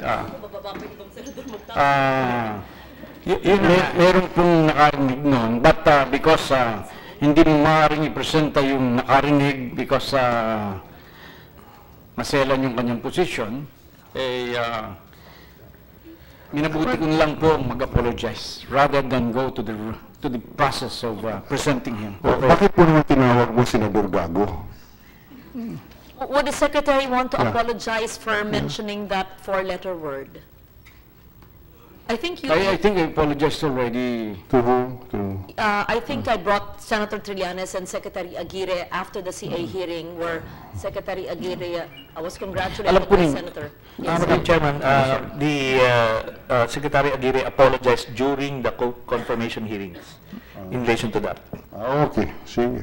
And just so that it's clear, this is a budget hearing. Although I'm being very liberal and allowing a member of the committee, a colleague, Senator Trillanes, to ask these questions, which have been tackled already in the Commission on Appointments. But just to remind everyone, this is a budget hearing, and I am certain that at one point you will go to the budget. This is a prelude to your budgetary questions? Yes, yes. Everything is related to the budget hearings, Madam Chairman, in relation to the performance of the DOJ as represented by Secretary Aguirre. Anyway, okay, Secretary Aguirre, ako pa yung sumalo sa inyo kay Senator Dorilon. Pwede ko pang gatungan sana kanina. Thank you, Senator. But may I say something about it? Alam po ninyo kung bakit. Gusto ko lang yung tulad nung somebody overheard, hindi ko na sinabi yun. Nag-apologize na lang ako kasi naawa ko doon sa tao. And secondly, nangyari po yan na yung if ever is after that 4-letter word, it's because hindi ko makita yung kanilang... Si Senator Trillanes wanted to link me to the 50 million peso is that bribe or extortion without a single thread of evidence. Okay, Secretary, without a single thread of evidence. Ando doon sa talagang sino hindi magalit dyan? Hindi, ganito yan, Secretary. I'm still the floor. Oh, no, you don't have the floor. But I've recognized Secretary Aguirre, hindi mo pwedeng not a single shred of evidence kasi you yourself admitted na nandoon ka sa meeting with Jack Lam, Argusino, and Sumbero. So, yun eh. Hindi ba? Tapos there were text messages eventually shown during the committee hearing.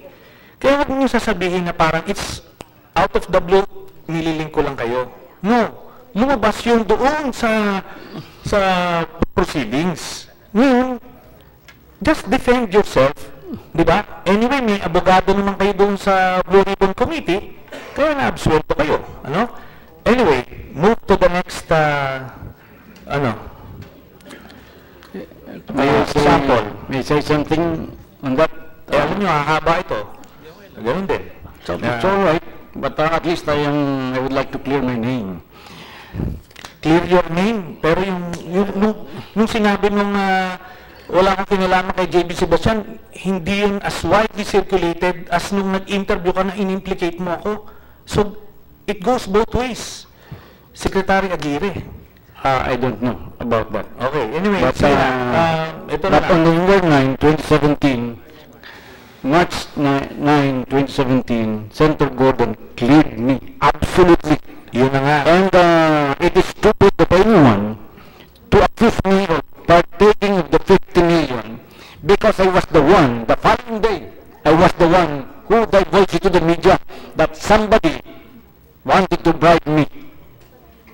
So, and yung pala, hindi ko alam, yung palang yung mga yun ay nag-meeting na that same night at doon change yung 50 million. If I'm expecting a single centavo on that 50 million, bakit iba divulge ko yan the following morning? Eh, malay nyo, nagkabistuhan na. Anyway, moving on. Secretary Aguirre, yung gusto nyo, alam nyo, swerte nyo lang at meron kayong abogado doon sa Blue Ribbon Committee kasi meron akong tinutumbok doon na that would lead to something bigger. Swerte nyo na lang at meron kayong abogado doon sa Blue Ribbon Committee. So, don't put your luck. Sige, next sample. Kasi merong theories that itong may kalaban itong si J.Q. ng mga sa Korean Mafia, and they hired the scholars of our police agencies from the PNP, from the FBI to do Mr. J.Q. in. At talagang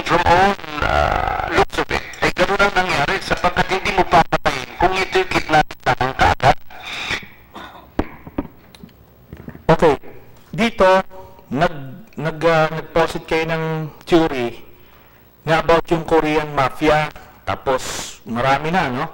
Nag-react dito yung Korean Embassy. Di ba? Oh, so, ano nangyari dito? So, who really killed whom? Di ba? The case is now being tried, but may explain, Senator. During the hearing, I said that some members of the Korean embassy might have been tainted, might have been controlled or under the influence of mafia, Korean mafia. Why? Because of some sources. Now, because of that, the Korean embassy didn't like my statement in the Senate, and they went there to me in my office.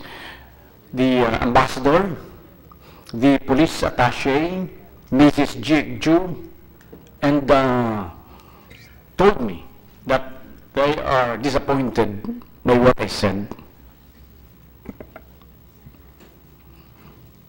The special assistant for investment. Sino ba yun?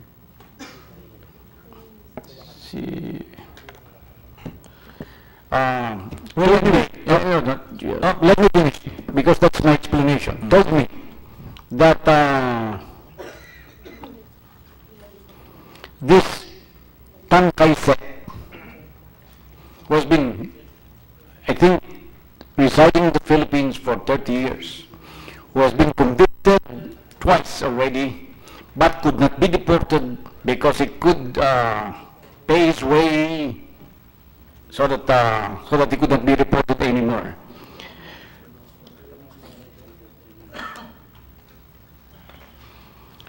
As a matter of fact, February 5, 2017, even the president warns of Korean mafia in the Philippines. Now, this special assistant for investment, who took his oath of office only about 2 months ago, told me about this Tan Kai-sek. Mr. Secretary,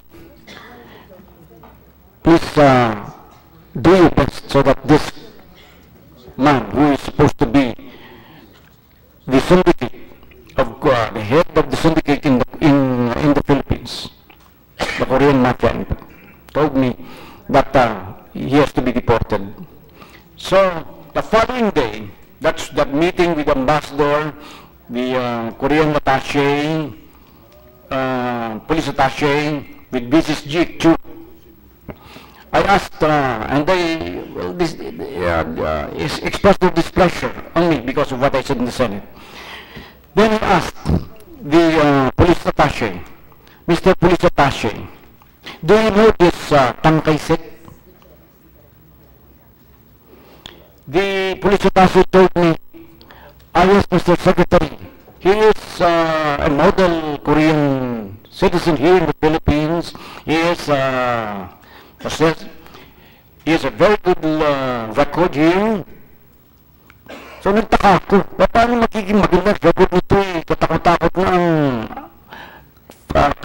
case for deportation, 2 beses na makonvict. When I said, you know, Mr. Police Attaché, yung taong yan, he has been convicted 2 times.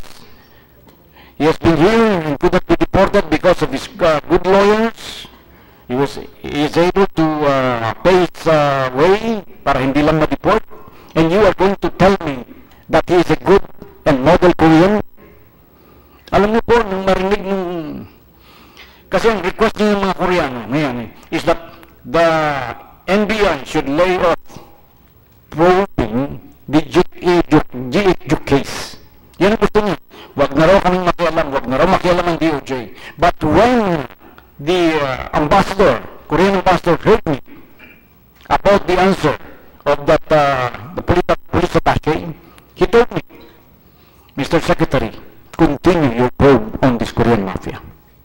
Imagine, nandun yung ambassador, hindi alam ng ambassador na yung kanyang police attaché is defending an ex-convict and supposed to be deported. And so I think, if I remember right, Mr. Commissioner, was he deported already? Tangkay Sek? Okay, Secretary Aguirre. Okay, Secretary Aguirre, ang point dito sa nung pinakita ko yung video niyan is not necessarily yung kung totoo hindi yung sinasabi mo. Kung hindi, pagka hindi pa buo yung kaso mo, huwag mo munang ilabas ng ganon. Di ba? Hindi, ang pinapakita nga namin yung difference natin, kami, na senador, and ikaw, Secretary of Justice ka. Iba yun eh. Pagka Secretary of Justice, you don't formulate theories. You file cases. Yun ang difference. Yun ang sinasabi natin kanina doon sa confirmation hearings. Yung pagsagot nyo is getting you into a lot of trouble. Okay? So, next example. Excuse me, Madam Chair. I would like to name the Presidential Assistant on Investment. He is Attorney Antonio Cablitas, a very good friend of mine in Sambeta. Yan po nagsabi sa akin, and who requested that Tangkay Sek be deported. Okay. Thank you. Sige, next.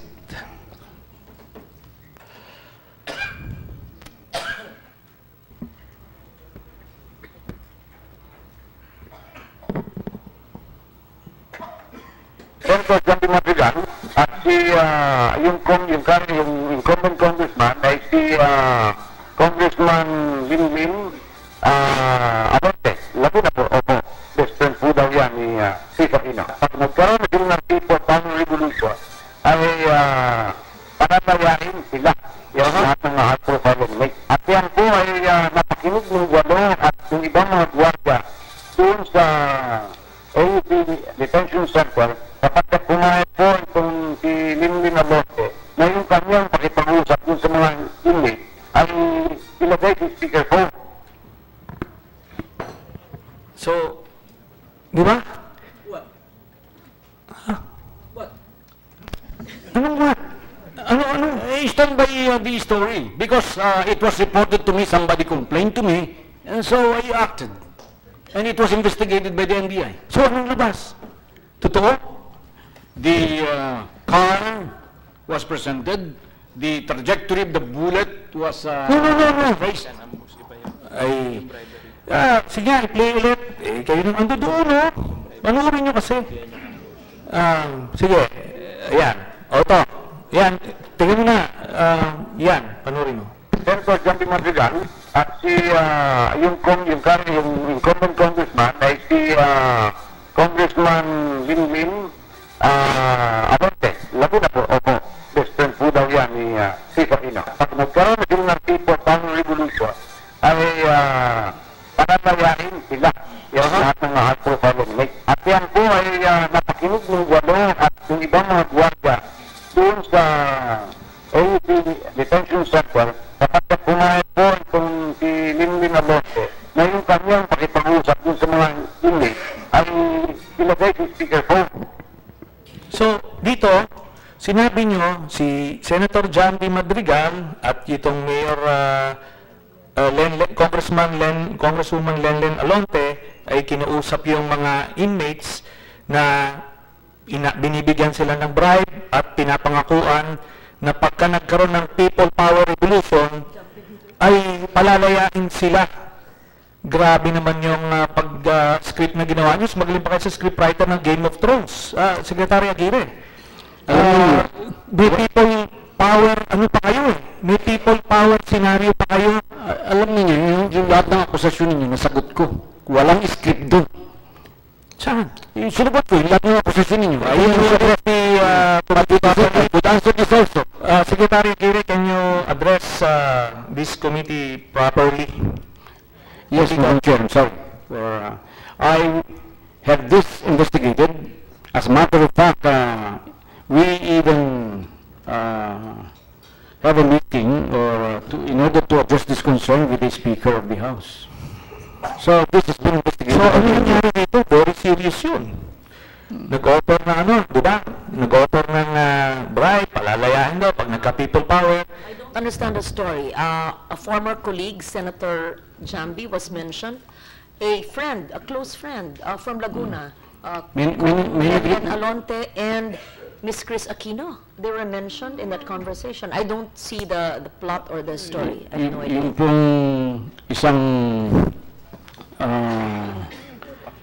si Lalaine Madrigal Martinez, supposed to be the cousin, cousin of Jambi Madrigal, reported that of that plot to us, to the DOJ. And so we have to back. What was reported, Mr. Secretary? It is the first time I am hearing this. I have no idea what this is all about. Jambi, Chris, and Len, and... Meron daw pong a plot to give bribes to the inmates detained at the AAP detention center. Bribe to do what, Mr. Secretary? To say that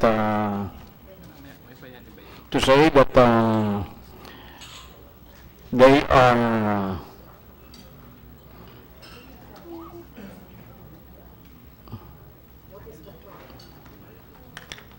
I think that they just paid by the administration in order to retract from their statement, accusing Santo de Lima. Secretary, it's the first time I hear this. I did not see that or notice that in the news. I know former Senator Jambi Madrigal, she lives a quiet life now. I don't think that she would get involved in these things. Ms. Chris Aquino is busy with her showbiz life and I don't think would never get involved with these things. And Kong Len Alonte, I doubt if she would get involved with this. But whoever gave you the information may have some motivation. I would just please suggest that whoever is your informer, perhaps you could ask your staff to vet it first and not communicate it publicly to the media so that these incidences like now will not happen. Siguro, kung meron po kayong source, kung kamag-anak man ni former Senator Jambi, ay ipacheck mo muna kay Director Geran, sino ba ito? Bago po natin ilathala o sabihin po sa media. It was reported to me, Your Honor, Madam Chair, sometime in February 2017. It was reported to us at the DOJ, and so we just acted. Alam po ninyo, ito'y parang pinsan. Tama pong nag-act po kayo, pero lumabas po sa media. In fact, it would be best to for your own sake, sir, and I said the same thing after we confirmed you in the CA. There will be many sulsul, many information. We really have to vet it and really confirm it because Cywar is going on, so much disinformation and fake news. We really have to vet everything. That's my suggestion, my humble suggestion to you, Secretary, to avoid these controversies which are really unnecessary because we could have focused on your budget now if these things didn't have to happen. But anyway, it is being raised, and it's unfortunate that these three public personalities have been dragged into this budget hearing.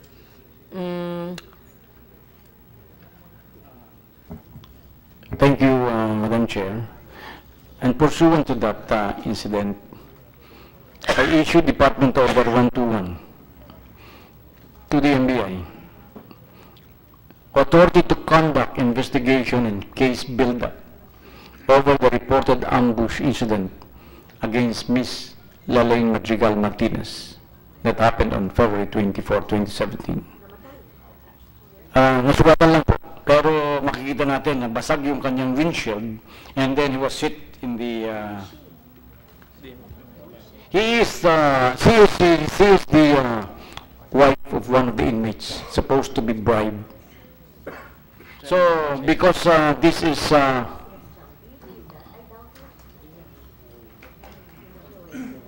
It was investigated by the NBI, Your Honor. O NBI, anong resulta nung kaso na yun? Madam Chair, and to Honorable Senators, Sir Shani, I remember to have the NBI investigated the matter. But siguro sir, matanda na ako. Hindi ko na matatandaan lahat sir ng result. Can you ask your people kung ano nangyari doon sa kaso na yun? Kasi ganito, yun yung minimension ni raw information pa lang ilalabas mo. Anyway, punta tayo dun sa next.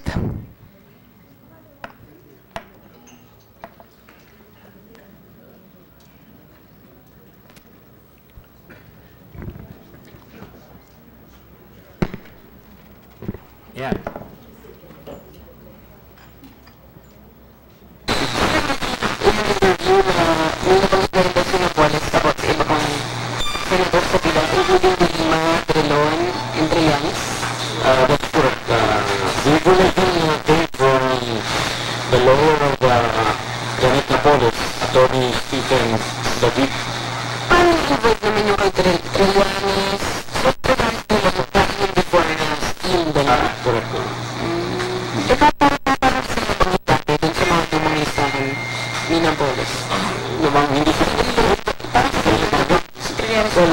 I believe that they were already enumerated there last during yung panahon pa ng nakarang administration. Hindi na lang sinama. We thought all along that they will be included in the second and third batches, which batches never came. Okay. I'll just focus on that statement na nandoon ako dun sa previous list. Sinabi mo, hindi, na-mention ako dun sa previous list. I'll give you a copy ng affidavit ni Napoles when she appeared here in the Senate. Yung isa, dali mo doon sa list mismo. Yung isa, ano yung isang list na yan? Yan yung affidavit kasi sinabi mo, ando doon ako sa previous list eh. I want you to check on that list. Dali mo na doon sa list na page. Kanino yung list na yan? Dalawang affidavit ni Janet Napoles. Hanapin yung pangalan ko kung nandiyan. At hanapin mo rin yung pangalan ko kung nandyan. Kasi minention si Senator De Lima, Senator Brilon at ako. In fact, sinabi pa ng reporter, wala doon si Trillanes Brilon eh.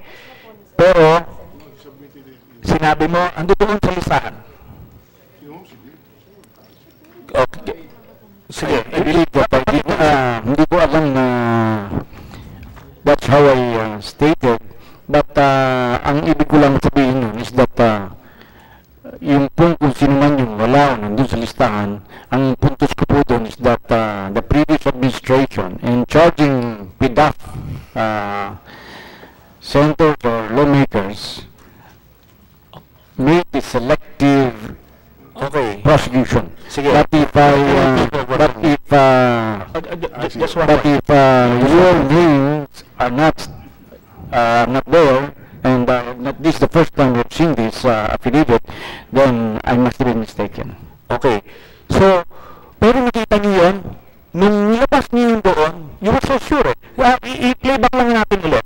Kasi, alam niyo, after non operations, may PR operations nun, kinalat yun eh. Sige. The Secretary already said that he was mistaken insofar as... Yes. Hindi nga ang problema dito, the damage has been done, sabi nyo nga, in view of the era of fake news, inano na, sige, pa-play ulit.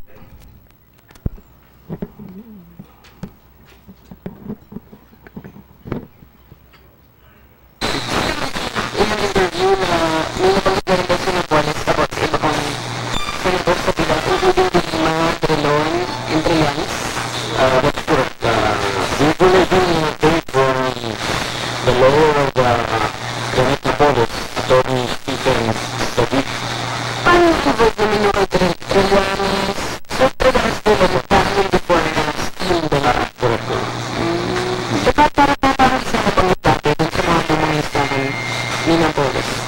Yung hindi ko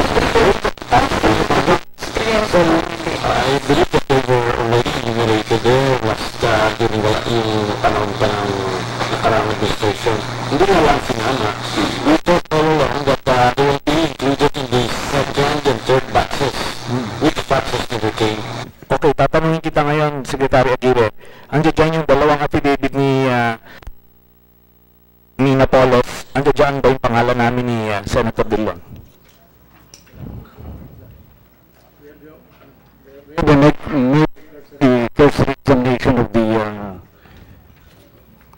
list of names, and it appears that your names are not here. So, you were mistaken.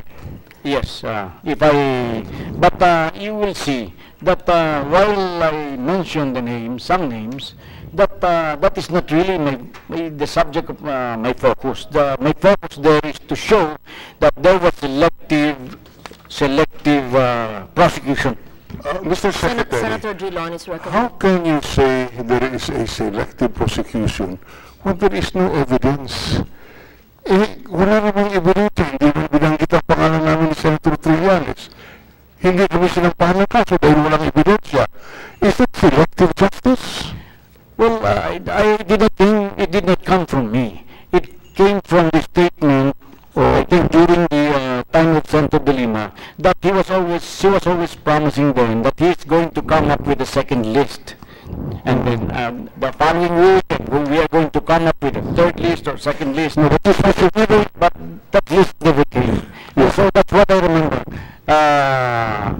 It was sometime during her incumbency as Secretary of Justice. Okay. I remember those words, but I'm not really sure.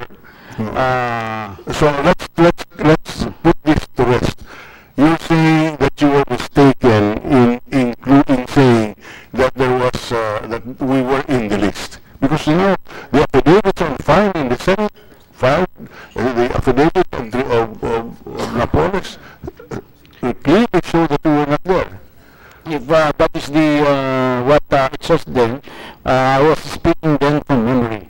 All I remember then was that Secretary De Lima was promising the public that she was going to come up with a list, a next list. Okay. So, but since assuming whatever your source of your memory was, it is now clear that there is absolutely that our names were not in that list. We've examined this, and your names are not in this list. Thank you. That's all. Okay, Madam Chairman, just one more example.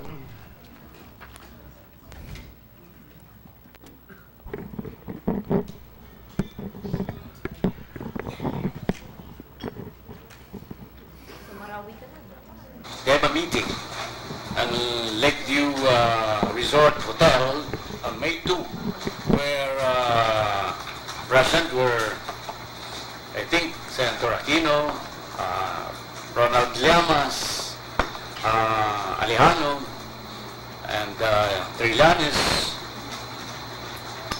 and some clans doon sa Marawi, mga Moro family.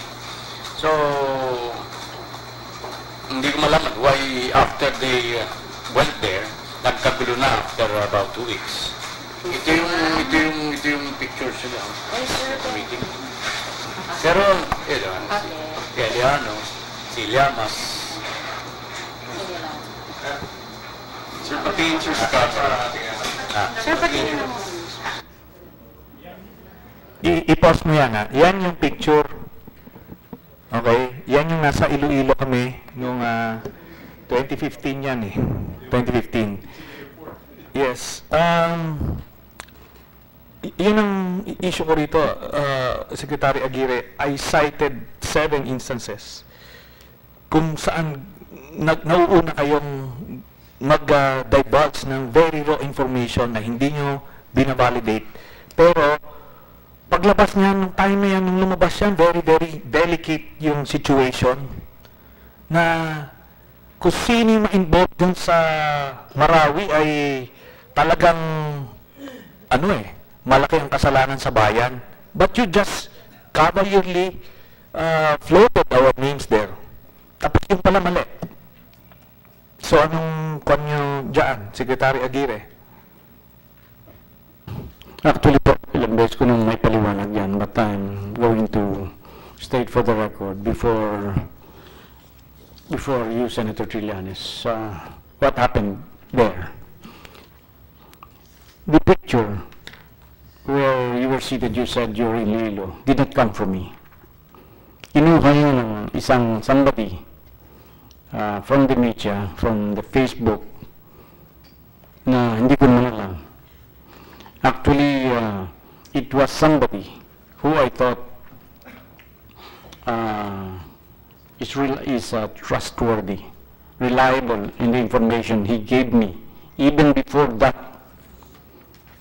That's why I trusted him. But to be say that it is fake news, it is not. Because I told the media before, at the start of the press conference, that the information given me are mere raw reports or intelligence reports. Raw reports, intelligence reports are not fake news, they are news, but they are raw and has to be validated. I told the media that this has to be investigated. Masyadong mapilit ang media, pakita mo naman kami ng ebidensya mo. So I just flashed it, yung pala, bilis din ng media ng kanilang mga camera. But because of the camera, hindi yung Pinas ko ang nilagay nila. Ang nilagay nila, nang hanap sila sa Facebook, kahit ito pala yung ginagawa ni Secretary Aguirre. Makikita mo yung nakalagay doon sa picture na kung sino, kung kaninong galing yun. Ang nagbigay po sa akin ito, and is ready and willing to stand by that he was the one who gave me these stories. Nandyan lang. But to tell you, hindi po yan, then at the end of the press con, I told the media, I do not want to prejudge anybody. Wala akong ninakusahan. Because this has to be validated, this has to be investigated. Ang problema, ang nilabas lamang ng media, wala yung precautionary statement ko. So, sino may kasalanan? Media. That's why I said I was misquoted because they did not produce the whole quotation from me. For the record, context. Yeah, for the record, Secretary Aguirre blames the media. You want to be friends with the media? So, anyway, Just, Secretary, we've been on Facebook Live, and all the media, I believe, are covering you, whether live or tape. Yes, just for the record, all the statements are live recording, and when we are on Facebook Live, that's broadcast to the world in cyberspace. okay, Madam Chairman, anyway, ito lang ang aking sasabihin dito, not only kay Secretary Aguirre, but sa buong bureaucracy ng DOJ. Dapat sa lahat ng agencies ng government, kayo yung pinakang apolitical. Nagpapalit-palit yung administrasyon. Always remember that. Hindi dapat ginagamit yung pwersa ng DOJ to persecute people. Sa akin yun ang issue ko dito eh. You have that immense power eh. Balik kayo yung shield nitong demokrasya na ito eh. Magpapalit. Ngayon, pag nagpalit yung administrasyon, maghahabulan ulit. Hahabulin Secretary Aguirre. Mag-iipitan. Ganun eh. Sa ibang malalakas na demokrasya, yung kanilang DOJ, yan yung talagang matibay na institusyon. Kita nyo sa US, ang nag-iimbestiga ng kay Trump, ay yung Attorney General, nag-designate ng special investigator. Ganun yung standard natin, na hindi uutusan isang na piskal dyan or investigador o NBI na hanapan nyo ng gawan nyo ng kaso. Worse, anong nangyari dito? Nagpe-press con kayo ng ganyan. exhibited 7 instances kung paano nagkamali yung mga ano ninyo. I would like to assume na hindi deliberate yan, but yung impact nung kinalat yung mga ganyong statements at that time, pinagpepiestahan niya nung PR group ninyo, wala na. Nadungisan. Then here we are, one by one, lumalabas na iba naman yung situation. So, yun yung sa akin sa DOJ. Wala kaming hesitation dito. Gusto namin bigyan ng additional intel funds yung NBI, WPP, and other agencies of the DOJ. Pero hindi dapat ito ginagamit laban sa amin or kung sino man yung walang pagkakasala. Dahil yun yung mabigat. And I wish dumating na tayo sa punto ng maturity ng democracy natin na kahit sinong ilagay dyan, they will just do their jobs. Di ba? Hindi gagamiting baston ng isang administrasyon to run after yung mga political enemies. So, with that, Mr. Chairman, marami pa akong tanong. So, I will move to defer the approval of the budget of DOJ. Let me just address that concern. Before that, can I have still some questions? Okay, Senator Drilon, please proceed. Mr. Secretary, mention was made earlier of the case of the 2 commissioners of the Bureau of Immigration. This was Commissioner Argusino and Commissioner Robles, who were caught on video and on camera involved in that 50 million extortion. What is the status of the case? The case is now on file with the Ombudsman, Your Honor. The NBI filed a case against all of them.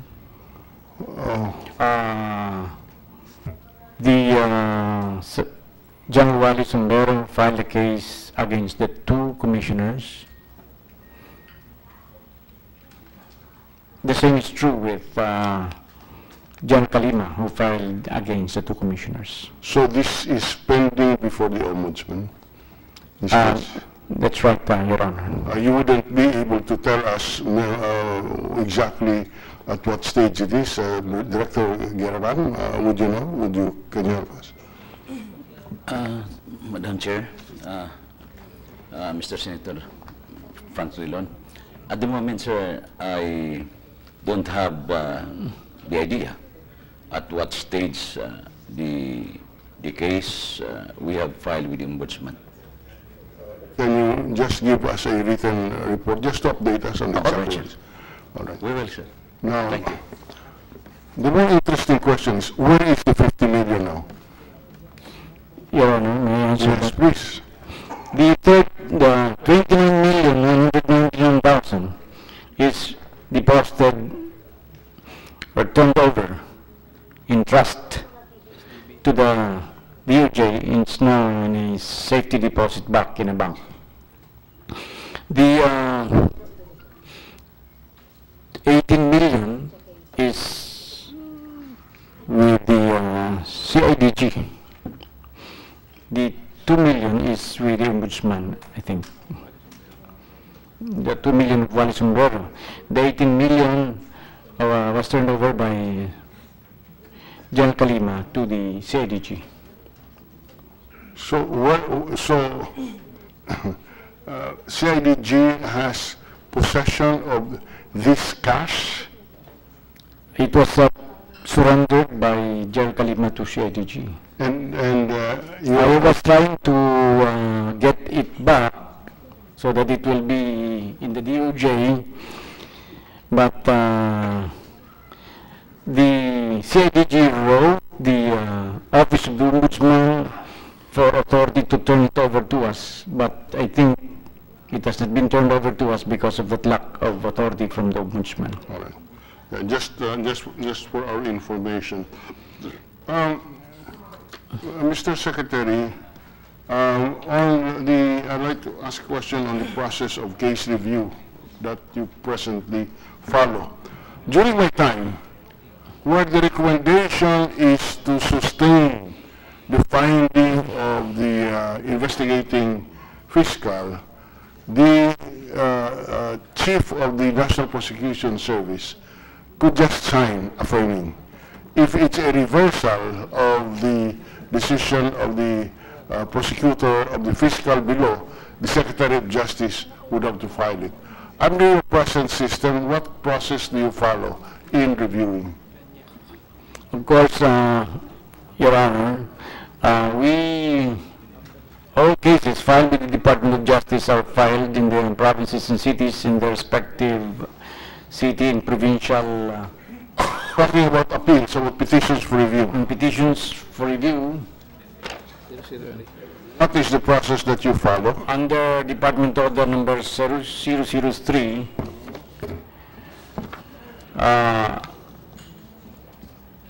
Roman number 1, all undersecretaries and assistant secretaries of this department are hereby authorized to sign or approve decisions on petitions for review, automatic review, appealed cases for and in behalf of the Secretary of Justice, subject to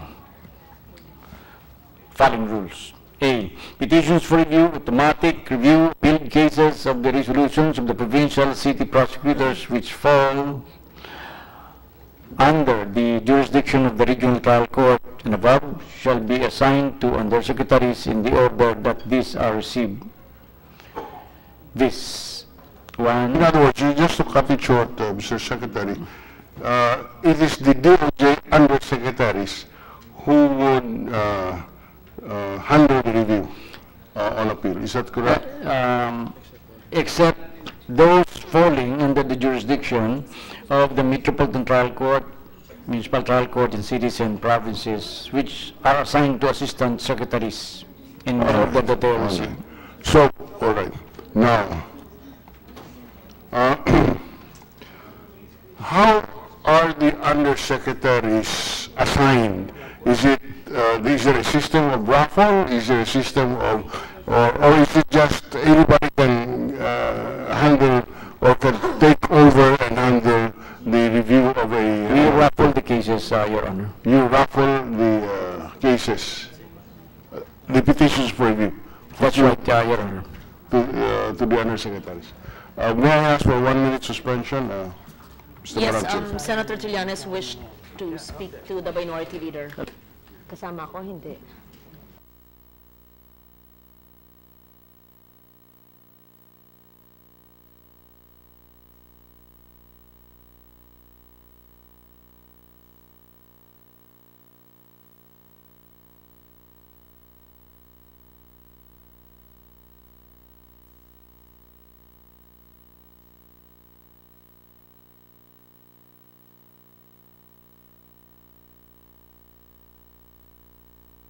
The hearing is resumed.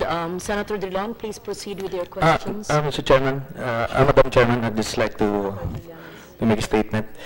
I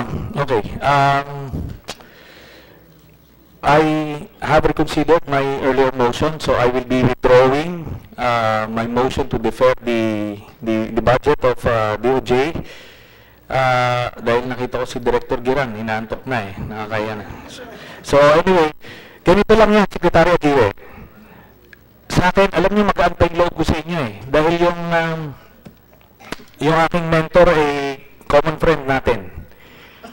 Alam niyo, ang sa akin lang dito is, ba't kayong sumama dun sa gulo ng politika? Kami yun. Maapektuhan kasi yung rank and file ninyo eh. I can imagine the next administration, at the rate you're going, maghahabulan yan. Ahabulin, hindi lang kayo kung sino yung mga ginamit nyo sa DOJ. So, hindi maganda eh. Sila rin, iipit sila. So, sa akin, kung may kaso talaga, di gawan, ipagsulang. Di ba? Ito niyo si NBA Director. Quiet lang, kaya hindi na naiipit. So, yun lang naman yung sa atin dito. Secretary Aguirre, I thought we had an understanding nung confirmation hearings. But ganito eh, balik lang ho ng balik. Sa akin, let the President badmouth me for all he cares, yun, kami yun eh. Pero kayo dapat insulated ang DOJ. So, with that, Madam Chairman, I withdraw my motion to defer the approval of the budget of DOJ. Thank you. Thank you very much, Senator Trillanes, and you know, even before that's my uncle, actually my cousin, which even before during the time of impeachment of Chief Justice Corona, he already was saying so much good words about you. So I will take your advice seriously, and thank you very much, sir. Thank you. Senator Trillanes means well. Ang ibig lang po niya sabihin, let's just professionalize our conduct of things, and perhaps all the information coming, true or not true, can be vetted first. And if you have concerns, sir, since I sponsored you in your Commission on Appointments, I've been your chair for 4 years, the DOJ and the family. I'm very close naman to Sunny and to Senator Drilon. Maybe you can ask me first, rather than speak about it to media and to the world without validating, mapapahamak po, then we have difficulty pursuing our work when there are controversies which are unnecessary, if you could just communicate clearly with each other. That's my suggestion. And I think he just means well. Let's be more responsible in our statements. I'm not saying you've been irresponsible. All I'm saying is that minsan po, if I were, masakit din ang mga nasabi po ninyo, no, with all due respect, that nagkakasakitan na sanang kayang maiwasan dahil marami pong mga dapat bigyan ng hustisya sa ating bansa. Ganun lang po. So let's proceed. Senator Thank you, Madam Chair. Thank you. Madam. Mr. Secretary, let me focus for a few moments on the downgrading by Undersecretary Orseo of that murder information against Superintendent Marcos. From my records, the resolution finding probable cause to file murder information against Marcos and Company was promulgated on March 2, 2017. Is that, can you confirm that? Yes, I believe it's true, Your Honor. Now, Marcos and the other respondents filed their petition for review only on April 5, 2017, more than 30 days after, and this way beyond the period for review, as I understand it. Is this correct? Your Honor, since I'm not handling any case, I think from the time I became Secretary of Justice, I've not decided even one case. Of course, not this Marcos case. I did not even see this. I did not even handle this. But may I ask for a 2-minute recess? No, just I am not saying that you had something to do with this. I'm just saying, tama ba yung petsa na natanggap nila noong March 2, 2017? They filed their petition for review only on April 5, 2017. That's the reason, Your Honor, that I am asking for a 2-minute recess. I would like to confer with... Yes, please.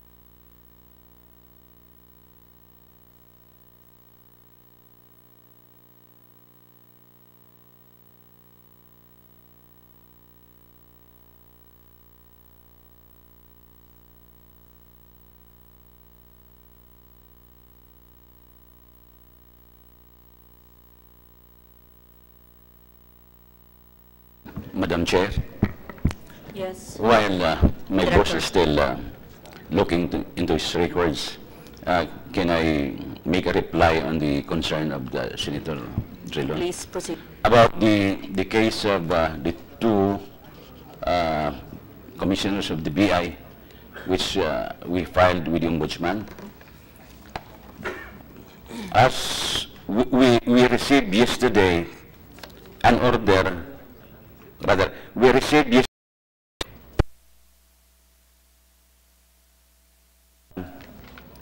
directing the two accused, Argosino et al., to submit their respective counter affidavits within 10 days upon receipt of that notice.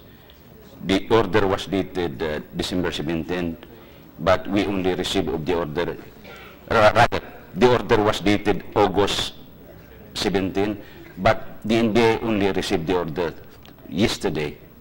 But it is the two respondents who are directed to file counter affidavit, not the NBI.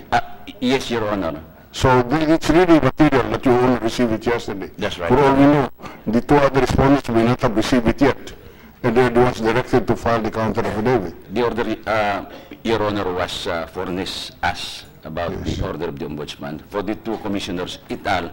To submit their counter affidavits. So hopefully they have received it already. I hope so. Thank you, thank you. Thank you.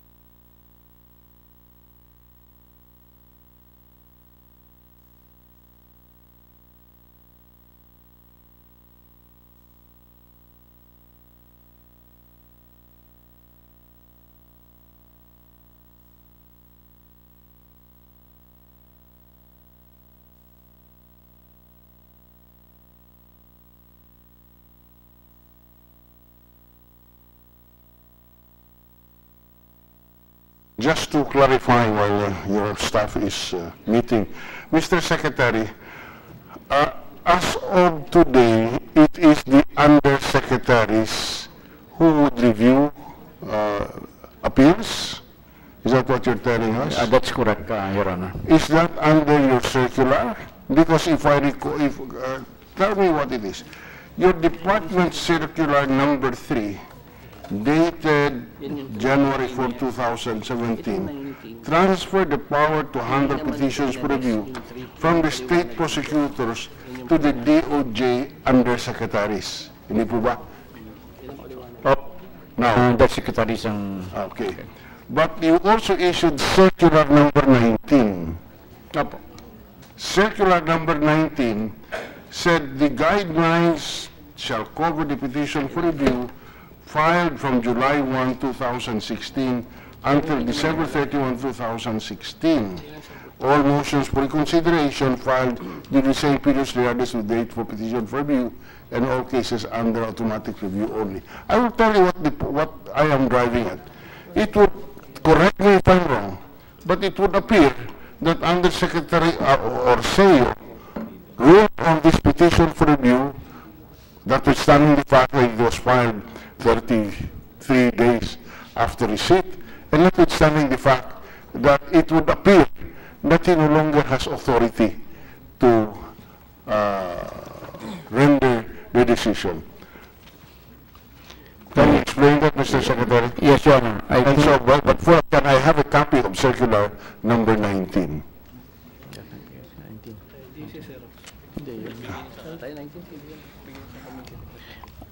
Yes, please. Your Honor, the Department Order number 0303 was the one I read. Was there a limitation on the period within which this could be exercised? It would appear so under circular number 19. The Department Order number 7003 is still operative and standing, while Department Circular number 19 was merely a pilot for ruffling and not authorities, Your Honor. In other words, Again. I don't understand what you're saying. The Department Circular number 19 was merely a pilot for ruffling, meaning to say it's Pilot a for ruffling. procedure for ruffling. Procedure. But the 1.3 of DC. 1.3, paragraph 1.3 of Department of Circular number 19 states that for purposes of resolving petitions for review covered by these guidelines, existing department orders and other assignments made by the Secretary shall remain applicable unless the same is revoked. In other words, under Department Circular number 003 was issued as a remedial measure in the administration of justice by this department, given the tremendous number of case backlog in the office of the Secretary. The aforementioned circular covers all petitions for review, automatic review, appealed cases filed before the office of the Secretary of Justice from July 1, 2016 onwards. Also, Up to December 31, 2016. Hindi po. Also, all undersecretaries and assistant secretaries of this department are authorized to sign or approve resolutions, decisions on petitions for review, automatic review, appeal cases for and behalf of the Secretary of Justice. The idea was that the pending caseload will be raffled among these officials in order to expedite the resolution of the same. So, all right. Two issues. Number one, is Secretary Orseo authorized to sign given circular number 19? And number two, is it Yes, correct that the period is for petition for review already expired? No, Your Honor. Department Circular number 003 continues to be existing, operative, and paragraph 1A, where you, Secretary Orseo, is one of the undersecretaries, continues to have that function under 1.3 of Department Circular number 019, under 1.3, which states, for purposes of resolving petitions for review covered by these guidelines, existing department orders, which is Department 003, and other assignments made by the Secretary shall remain applicable unless the same is revoked. What is the period when one can file a petition for review? 15 days from receipt. 15 days. In this particular case, it appears that 33 days lapsed. I think that is not exactly correct, Your Honor. As we have alleged in the petition for review, paragraph number 12, as previously stated, the respondent appellants were able to secure their copies of the sale resolution only March 21, 2017. Hence, they have until April 5, 2017, within which to file their appeal. Thus, this petition for review is seasonably filed. This was filed on April 5, 2017, Your Honor. All right, that satisfies my questions. I have some questions for Attorney Acosta, but before that, just a few preliminary questions to Yusek Paras. What is the status of our regionalization of our prison system? Because of the most expensive detention center in the world. We are in Muntinlupa. The price per square meter there could easily, I know how much it is. There have been efforts to move this to I think, nearby Sia. What is the status of this? Sir, the bidding for the project was suspended pending the results of the review, study and recommendation of the ad hoc committee for the review of the project on whether to proceed with the project as is or terms will be changed or altered. The chairman of the ad hoc committee is Yusek Orseo. Now, on August 14, 2019, the ad hoc committee submitted its report to the secretary, giving the secretary 3 options to consider on how to proceed with the project. The same is still under consideration and decision by the secretary. So that is what we are waiting Secretary for. Aguirre, when can the public expect a decision on this?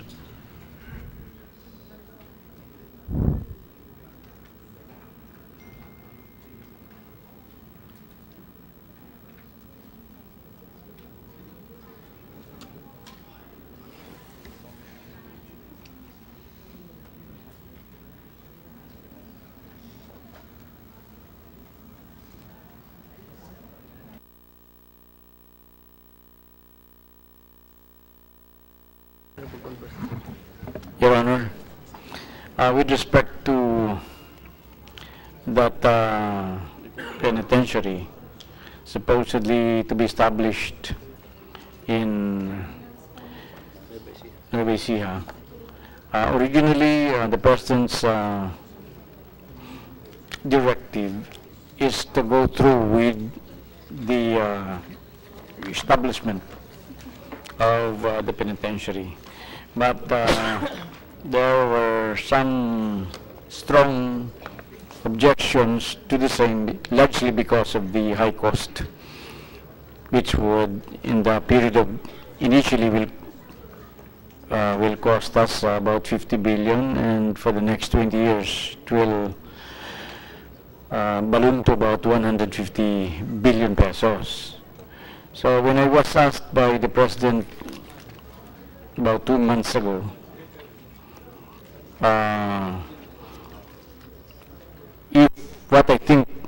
if we should go through with this project, I said that because of so many objections, coupled with the fact that, but I think the most valid objection would be the fact that if the penitentiary will be centralized in Nueva Ecija, then everybody from Luzon, Visayas, and Mindanao, all the relatives of these inmates will go to Nueva Ecija.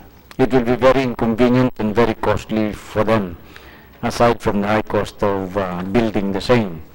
So I suggested to the President that it's better. I believe that we go on regionalization. We go ahead with the establishment of penitentiary of in Nueva Ecija, but this should be limited only for mostly for high-profile inmates, high-risk inmates, perhaps about 1,000 in capacity. But it's better and much less costly for the country to establish additional buildings to regionalize these penitentiaries. For example, if we could only allot 2 billion each to the Muntinlupa for the establishment of new buildings there, plus our penal farms in Davao, in Palawan, in Mindoro, the women's correctional, that would only cost us less than 20 million pesos. So we could see the difference in cost.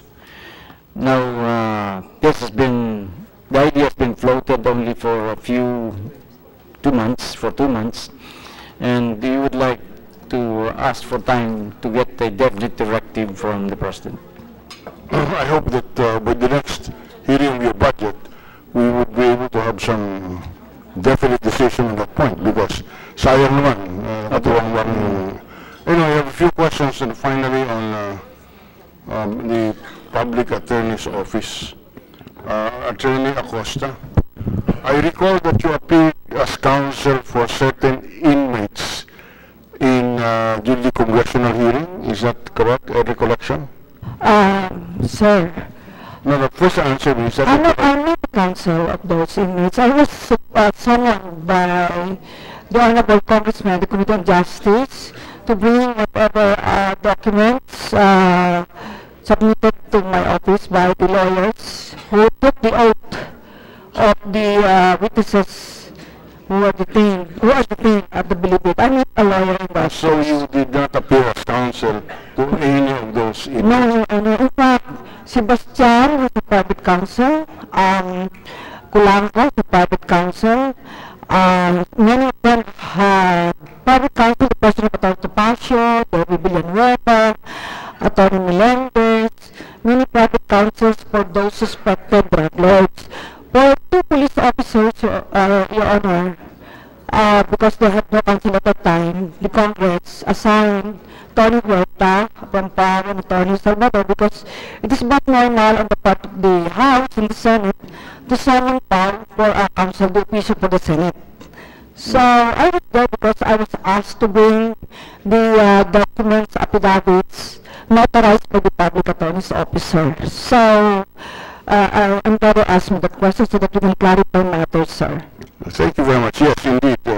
I have to ask that question because the impression was that you were there appearing as counsel. Now, so you have clarified on the record that you were there not as counsel.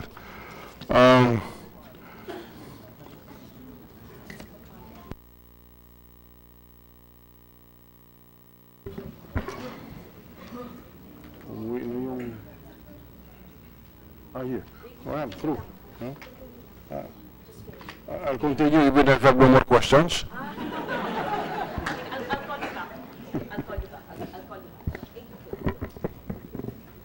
Yeah, I have no more questions. This is... Oh, sige, for the record, Madam Chair, we no longer have...